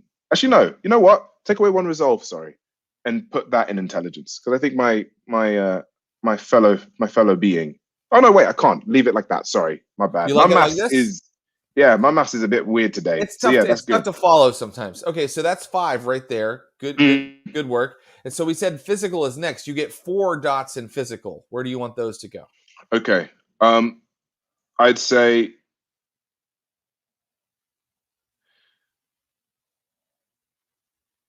two in dexterity and 2 in stamina. And none in strength. Interesting. He still has the 1 dot in strength, but that's what. Okay. So he's a little weaker than most people strength-wise. But the nice thing about these Promethean characters is they're not human beings that like are running around. They were born literally maybe like a year before a full creature, so they can have weird attribute assignments. So I like that. We're looking at a scholar with not a lot of strength, but he's got dexterous hands perhaps, and can keep going tirelessly for a little while. And now finally you get 3 dots to spend in his or her, it could be a her, a social social category: presence, manipulation, and composure. I'm Where do going you to want put them to go? all three in composure. Really? Okay, Yeah. amazing. Okay, great. That means he would have, yep, 4 exactly. Okay, great. Now we can go down to his skills. So let's go down, and once again, you're going to choose what's most important: mental, physical, or social. Can we keep scrolling, friend, and see down? We'll see there's a social category down here. So um, it doesn't have to be the same as how you did it above. You don't have to make mental the most important. And keep Mm. in mind, these are things that the Promethean has learned, or maybe his former body has, like, some of the memories have seeped into its experience, because Yeah. he was culled from a dead body in some way, that was dismembered and then brought back to life with the waters of life, whatever that means.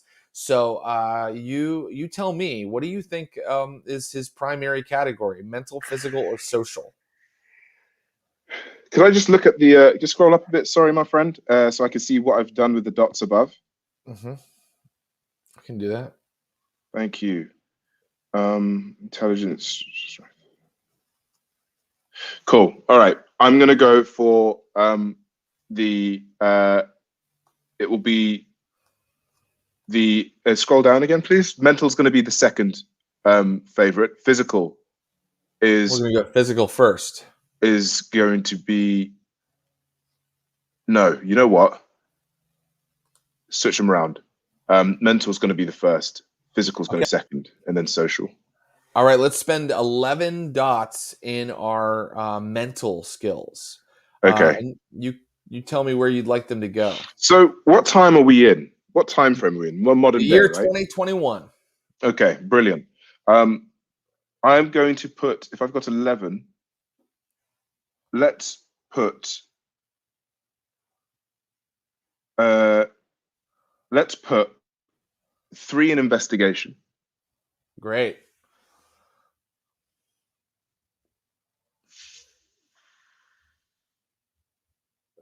5 in occult.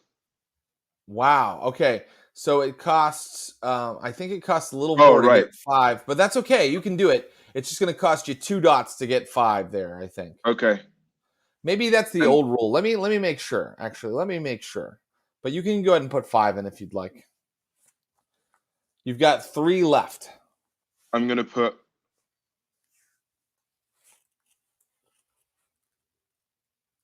2 in politics and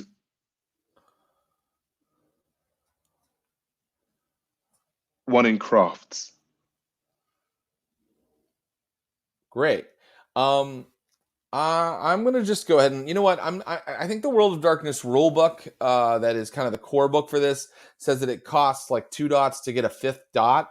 So I'm gonna ignore that rule. I think that the Prometheans, they tend to have wildly uneven kind of skill sets. They're not necessarily jack of all trades type people. They were creatures created for a purpose, and so if we're thinking that this Osiris lineage Promethean was created to be some sort of occult priest, it makes sense to me that you would have 5 occult. So I'm going to let you distribute the dots that way, and let's move on. What is your second category, social or physical? It's going to be can I see this? Can I see the social traits, please? Yeah.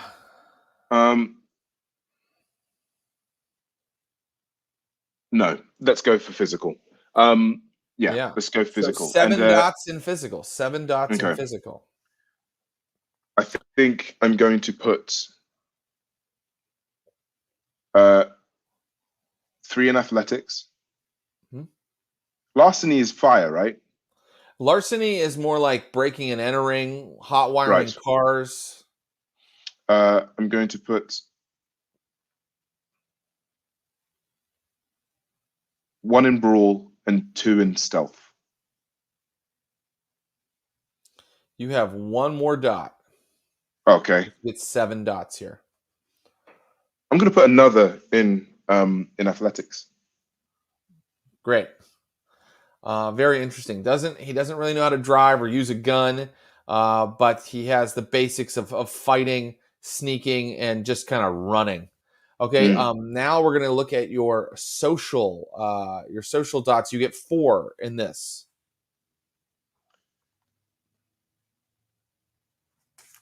Expression. What a fascinating skill. Yes, it allows you to express yourself maybe through writing or maybe through some sort of art form. Foreign expression. Foreign expression. Lovely. Yeah. And I think what I'm going to also do is, if we could go up slightly. Sorry, I'm thinking of moving one of my. I'm going to move my 2 politics into crafts. Is that okay? Of course it is. Yep, Yeah. 2 politics into crafts. Okay. Beautiful. All right, now his willpower will be equal to his resolve plus composure. So willpower is right there, Clint. You see it? So 7. On the right side of the sheet. That'll be 7, yeah.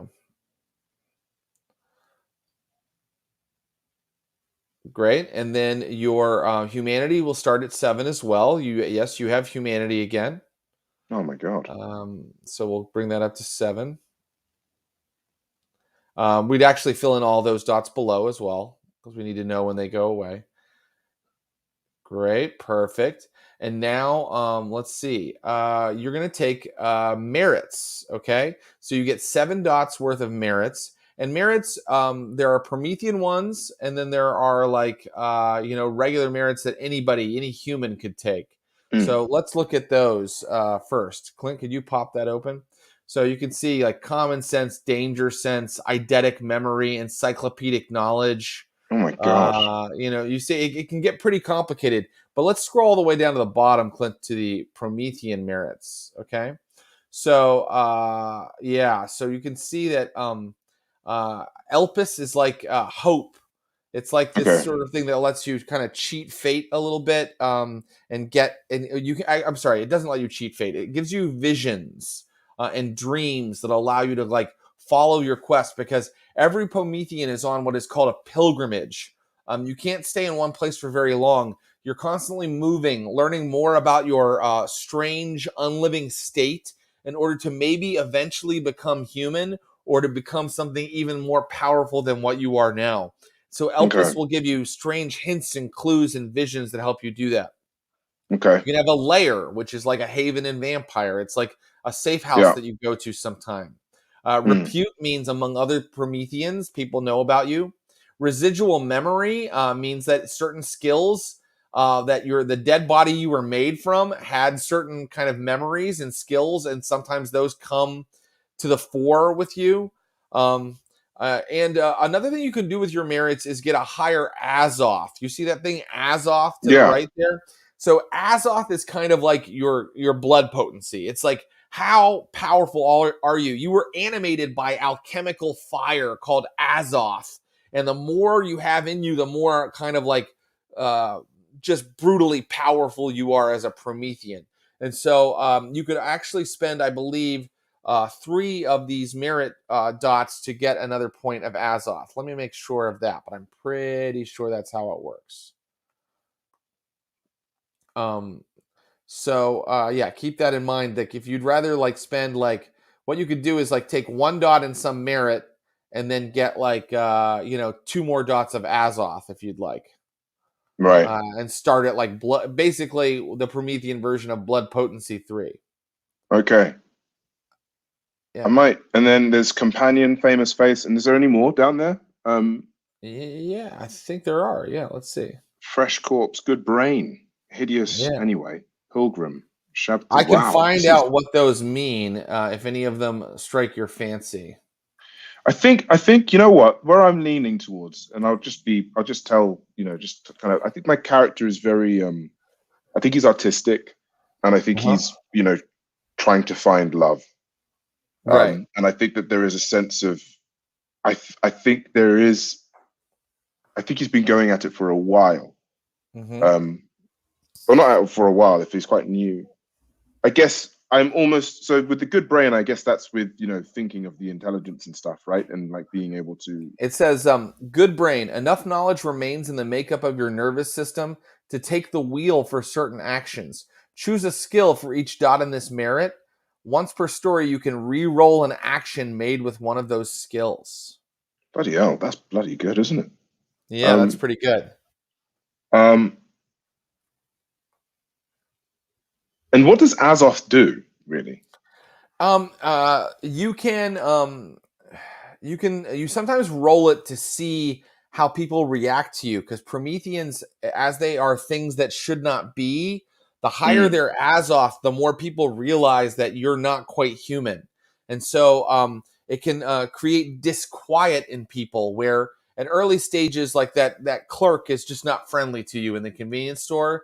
But at later stages of disquiet, mobs come after you, like they did for the Frankensteins monster, trying to destroy you. Azoth also governs like how much of like a wasteland you create around yourself, because Prometheans, if they stay in one place too long, because they're an imbalance of alchemical humors, they tend to affect the environment around them. Their Azoth seeps into the environment and creates a wasteland. But there's more to it than that, because it's not just bad stuff.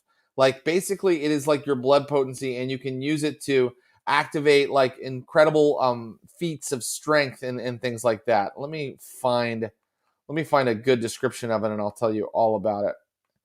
Here we go. Azoth. So let's see. You can increase your attributes past 5 dots if you have a high Azoth. You can vaguely sense the presence of other Prometheans through their Azoth. You begin with 1, but you can add more right now. I think that it might not be a bad idea, because the more Azoth you have, the closer you are to finally unlocking the Promethean condition and becoming something more powerful, or turning human if you'd rather do that. I think definitely. Actually, absolutely. Let's go for that. So do you want 2 more dots of Azoth, or just 1? 2 more. Okay, and then that gives you 1 more dot of merits to spend someplace.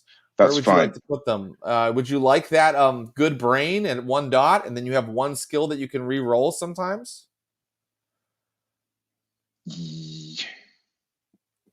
Yeah. You like that? Good brain. I like good brain. Good brain. And what is the skill associated with your good brain? The skill will be occult. Occult. Yeah. Okay, great. You can probably write that in. Yeah. Actually, beside the merit, Clint, you should be able to write in occult. Beside the merit, if I'm not mistaken. There it is. Oh, man, this guy is an occult master. Okay. Great. So that's your merits taken care of. And now all we need are your transmutations. Oh, we need to decide on your refinement first, actually. So. Oh, this is so great. So Prometheans all take different philosophies to how they handle their inhuman condition. Okay. Right. So there are refinements, which are basically the Promethean philosophies. And I'm bringing that up right now so I can roll through them with you. Aurum, the refinement of gold, means that you try to learn about humans and become more human to eventually transform into a human yourself. Okay. Right.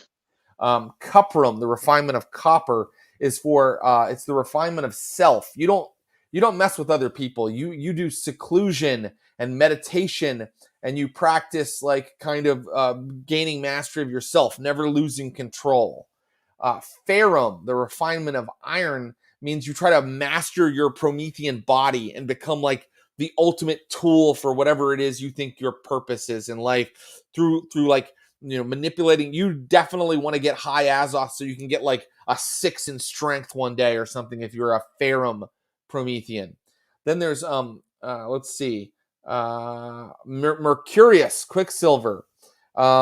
You try to unlock your powers, like the different powers you have. You try to become like basically a Promethean sorcerer, where you have the most powers and you have the most like magic that you can do. This is so dope. Stanum, the refinement of tin, is like the fuck all these people refinement. You realize that humans will never accept you. You'll never find love, and you're just going to take everyone down with you. by just giving into your torment and being like a monster. That's Stanum. Right. Then there is I'm not going to allow Sentimani because that's like an evil refinement Right. that your Okay. bad guys might use against you. Let's see, Bronze. You protect other Prometheans. You think that your purpose in life is to be a guardian, someone that helps other Prometheans on their pilgrimage. And then Silver. Silver, where are you, Silver? You study other supernaturals like vampires and werewolves and how they control their humanity. With an occult of 5, it kind of makes sense. But you don't have to take that one, but it does make sense that you would know about other supernaturals and things like that. I'm not sure, full disclosure, how many other supernaturals I'm going to put in this game. We're only playing 6 sessions, and I think talking about Prometheans is probably all we have time for. And then finally, Cobalt. Cobalt, what is the okay? You use your imperfections to purify yourself to reach mortality. Oh, so you sort of give in to like your human desires and your human frailties and all the things that are wrong with you in order to become more human. That is what Cobalt is. And So do lead? any of those sound interesting? What's lead? Oh, lead, of course. You examine the very existence of Prometheans in hope of uncovering a way to reach your magnum opus. That would probably be someone who wants to create Prometheans himself and who wants to learn all the history and legends of the Prometheans so that you know what you are and you know everything about your condition. That sounds pretty good for you too, to be honest. Yeah, that sounds quite nice actually. I like that. Let's go with it. Yeah. Refinement of lead. That's great. So you are kind of a scholar of these creatures. You kind of know everything about them. So that means we are going to now choose your transmutations, and one of them must be a transmutation that is highly connected to your refinement. You get 3 dots of transmutations. Okay. And let's see, lead. Oh dear me, lead is not in the original book, so I don't have it in front of me. It's like in some like sort of extra source book. What is lead connected to in terms of its alchemical transmutation power? I don't know right now, so I'm just going to let you kind of pick some stuff. Okay. So the different types of transmutations, let me bring them up. These are your discipline powers, basically, Abu. So these are super Okay. important. Okay. And there is disquietism. So you know how you make humans nervous? Well, you can start to use that to your advantage with disquietism. Okay. There's electrification, where you can generate and control electricity. There's mesmerism, which we know Abu likes to use. There's metamorphosis that allows you to transform your flesh into new shapes. Jesus. Sensorium, which is like supernatural and superhuman perception. Vitality, where you kind of channel your Azoth into feats of strength. Right. Volcanus, where you use that Azoth, that divine fire, as a weapon, or you manipulate it in other Prometheans. That actually sounds pretty good for you. So what does it do? Sorry. It kind of manipulates the divine fire. It manipulates the thing that controls other Prometheans, and that your Azoth. You basically mess with Azoth. Okay. Is it What's there? Spiritus? Spiritus lets a Promethean interact with and manipulate non-Promethean supernaturals. And Pandoran? Pandoran, yeah. So these are, I'm not going to actually allow you to take Spiritus or Pandoran because they are very rare and strange. Okay. Actually, let me tell you what I would like you to choose from. I would like you to choose from the ones in the original book. So, Alchemicus, which allows for the alteration or transformation of material substances. You can make like tools perfect or make like things corrode. Okay. Corporeum, control or transformation of the body's physical functions. Deception, supernatural means of confusing or evading opponents. Mm. Disquietism, which I mentioned earlier, the Yep. manipulation of your disquieting aura. Electrification, which I mentioned. Yep. Mesmerism, Yep. metamorphosis, sensorium, vitality, and volcanus. I'm going to go for Volcanus. Yeah, and let's see, when I look up volcanus, what the powers are. You get 3 dots to spend, and let's see what they are. You could put 2 in volcanus and then something, you could put another dot in something else. Let's see here. Okay. Where are you, volcanus? Where's the beginning of the volcanus? Oh, it's going to be a ways down. Okay. Oh, here it is. Okay. So, the first dot power that you can choose from several of these first dot powers. There's one called Firebrand. With this transmutation, you can mark a subject, physically burning symbols into it or mystically branding it. Wow. So Prometheans, as they travel around the world, they leave signs for each other like hobos because they can never stay in one place for very long. And also, this kind of brand is used when a group of Prometheans come together to form a throng, like a team. They like all gain the same brand so that they can share power with one another. They can share Azoth with one another to help each other. So that is what that would do. There's also a power at level 1 called Sense Flux. It says, those with this transmutation can sense the presence of flux and pinpoint the location of an active use of it. Flux, as I said, is what the evil Prometheans use. Right. They create these creatures called Pandorans that are like mistakes, even more than you are a mistake. These creatures are like failed attempts at creating Prometheans, and they create these like endlessly hungry monstrosities. So basically, Sense Flux would allow you to sense bad shit, sense your enemies. Then there's Sense Pyros, which means you would just be able to sense other Prometheans really well, like kind of track them down really well. With a Wits plus Azoth roll, you could kind of track Prometheans. Others What of your does type.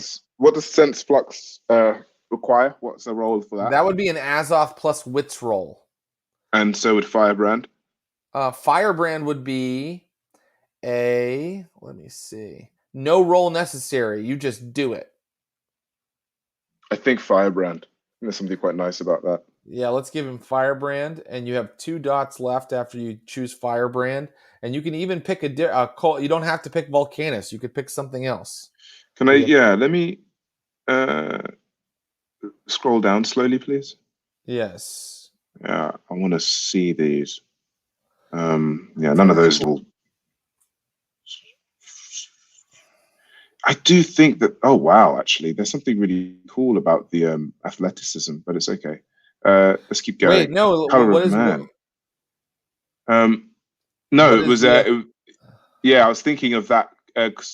The athletic. So something like this, swift feet. I assume that means that I move fast, right? Yeah, that's right. Yeah, an uncanny dexterity. I think human flesh rejuvenation serpent. This sounds good. Let's go for it. Give yourself swift feet. I'll tell you what that means right now. I'll look up that power, and I think it's in the one that helps. Let's see. It's a corporeum, so it's one that alters your body. You know what I mean? And basically, you move at up to twice your normal speed while still taking an instant action. Wow! But you have to spend pyros, which are like little, they're like blood dots. You know how you got hungrier? Yeah. Well, in this game, you'll kind of spend some of your alchemical fire inside of you, and you'll suddenly become very fast. I love the idea of what basically amounts to like a revived mummy that can move really quickly. I love that. And I think what's the second level of Volcanus spells? Well, you've already used 2 dots, and you only get 3 altogether. So you could take one more level. You could take one more level 1 Volcanus power, or what did you say you saw that looked interesting to you? Color of Man. It was Color of Man, which was nice, but I think that's the second level though. Oh, is it, let's see. Let me see. Color of Man. Oh no, it's a 1-dot power. Let me tell you Oh, what it does. It You may alter the color of perception. your skin, hair, and eyes to anything found within the human species. Um, you would basically be able to change your appearance and your race, basically, anytime you want to. There's another power called Chameleon Skin, which you can change the color, texture, and of your skin and blend into surroundings. So one allows you to become any type of person, like to fit into a crowd, and another one allows you to actually like kind of stealthily camouflage yourself in your surroundings. I like the idea of the color of man. I think there's something quite lovely about that. That is really interesting. So you're not just experiencing life as one type of person, but as a bunch of different types of people that dwell on the earth. That is for Color of Man. The role is manipulation plus subterfuge. Oh shit! I've got nothing in Yeah. that. That's terrible. Would So you like let's to move? Would you like to move some yeah. dots around in your skills, or would you like to just take a different power? I think move some dots around in my skills. No, Yeah. no. I should take a different power. Let me take a different power. Okay. I'm gonna go for the. I'm gonna go for another. What's something that uses? Yeah. Okay. Sorry. That's Let's okay. scroll Yeah. down a bit. Something that uses a cult would be great for you. Yeah, that's what I'm thinking, right? So Yeah. Let me look. Let me see if I can find something. this Here is we such go. an incredible. This is brilliant. The people who create these games are just geniuses. I know, and this is a game that doesn't get that much play, you know, but I think that it deserves it because I played a little of this way back in the day when it came out, and I loved it. And by the way, we promised our viewers Frankensteins, and God damn it, they're going Yeah. to get Frankensteins. So I'm trying to find a like a 1-dot power that uses occult, and I haven't found one. Does There are like Metamorphosis use occult?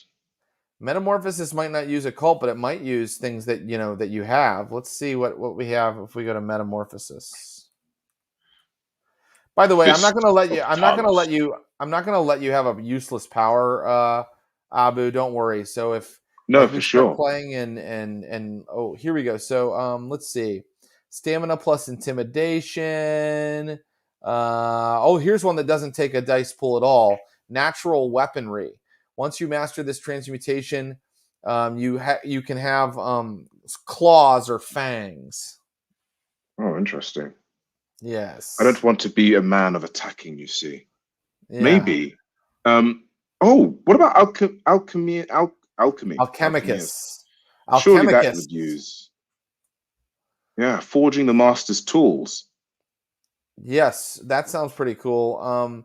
So that means you don't need a roll for that, and you take mundane objects and you put your pyros, your alchemical fire, into them, and you get a bonus to using that tool. So for the duration of the scene, the tool rating of the object increases by 1 point, granting a +1 die bonus. You could do it to a gun, but you could also do it to a paintbrush. I like that. Let's do that. Forging the master's tools it is, and now you have your transmutations. So just I'm gonna just let's do a final thing because I need you to give him a name, and because Oh, they're not like normal people. They don't have names like Michael Johnson or something like that, or even like Dr. Lucius Ali. Like they were created, and he could have been around a while if you want, Abu. I'm not saying that he he's completely new when we start. He could have been around for a year or two at this point. But what did they call this thing, his creator, and what relationship does he have with his creator? What is the concept behind the character? That's really what we're asking. What would we call this guy? Like if I was talking about Dr. Lucius Ali, I would call him like who's like a scholarly revolutionary, or like a um, visionary diablerist or something like that. Like yeah. who is this guy? I know he's an occultist. It sounds like you mentioned like a priest. Like maybe he was like created to like run a cult, like lead humans like through these like rituals and stuff like that. I don't, or maybe guard a tomb. Maybe he was made to guard a tomb or something like that. There's definitely like elements of the Egyptian kind of influence in there somewhere. So we Yeah, just I'm need a thinking like, name and sort of like I wanted a little bit more of an idea of who the guy is. I think I'm gonna call him. It's a Swahili word. It's called akili, which basically means sense or mind. Common sense or Right. common mind. And I think there is a sense of this. I think there is an idea of him almost wanting to. He's been created, yeah, as you say, to sort of bring sense or the mind to people. So akili. I love that. Is that the Yep, correct spelling? that's the right spelling. Okay, Yep. great. And he's definitely the brains of our operation. Let's be clear on that. He's a smart guy. So just so you know, I'm going to just finally describe, who we have here. Akili, someone, and we can find out as we play, took a body and dismembered it, and then did a ritual using the waters of life, where through this water that he soaked the body parts in, the alchemical substance of Azoth got inside of the body, and then the body reformed itself. It reattached the limbs, and Akili was born.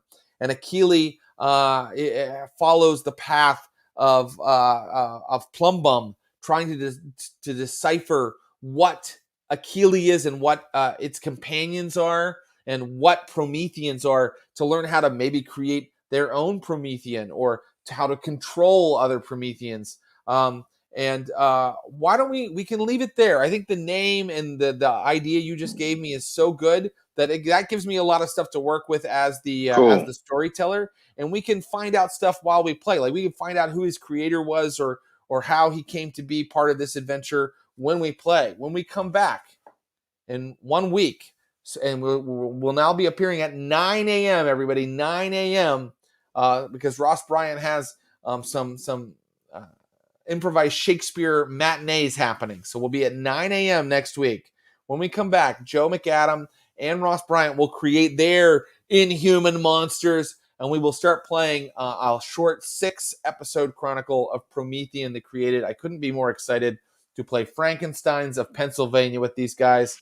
Abu, are you excited? Are you ready to do this? I can't wait. And it's so nice to actually have a chance to play someone different and do something different, which is going to be really, really exciting. And yeah, this is a very different character. Yeah, it's going to be so great, so dope. Thank you, Abu, for being here and for going solo. Some people would go, "Oh man, I got to do it on my own." I'm not up for that. But you're the most game of anybody, and so thank you for being here. Bye for now, and I'll see you next week. Thanks, Abu. Thank you. Take care. Later. That was an interesting choice, Clinton Trucks. Okay, yeah. So that is today's session of Vampires of Pittsburgh, Reign in Blood, and your first character creation session for Frankensteins of Pennsylvania. I just want to remind everybody that even though Reign in Blood has ended, and of course it ended with another Diablerie, because of course it's like Lucius's episode, so there's got to be a Diablerie in it.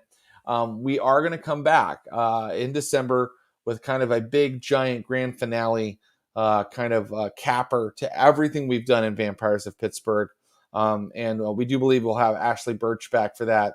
But in the meantime, enjoy your Frankensteins. And please tune in Tuesday at 7 p.m. Pacific for Wraith the Oblivion. We're playing some Wraith on Tuesday at 7 p.m. with Patrick McNamara, Rena Henze, and Rashawn Scott. Last week they were humans. I didn't really tell them that they were going to get murdered. Then they got murdered, and now they are on the other side of the veil as wraiths. So check that out, 7 p.m. Pacific this Tuesday. Please feel free to follow us on our socials. Tell us what you thought in the Discord. And I want to thank Clinton Trucks and Brian Baldinger, my producing partners. I want to thank Jill Petracek, who is our great art director, and Megan Arch, who does our social media. Until next time, #Blush of Life. Jared? Yeah. I just want to jump in because there's some new merch on the merch store. There are hoodies and some nice cold weather gear. So take a peek, everybody. Great. Yes, there's new merch at the merch store. Please check it out.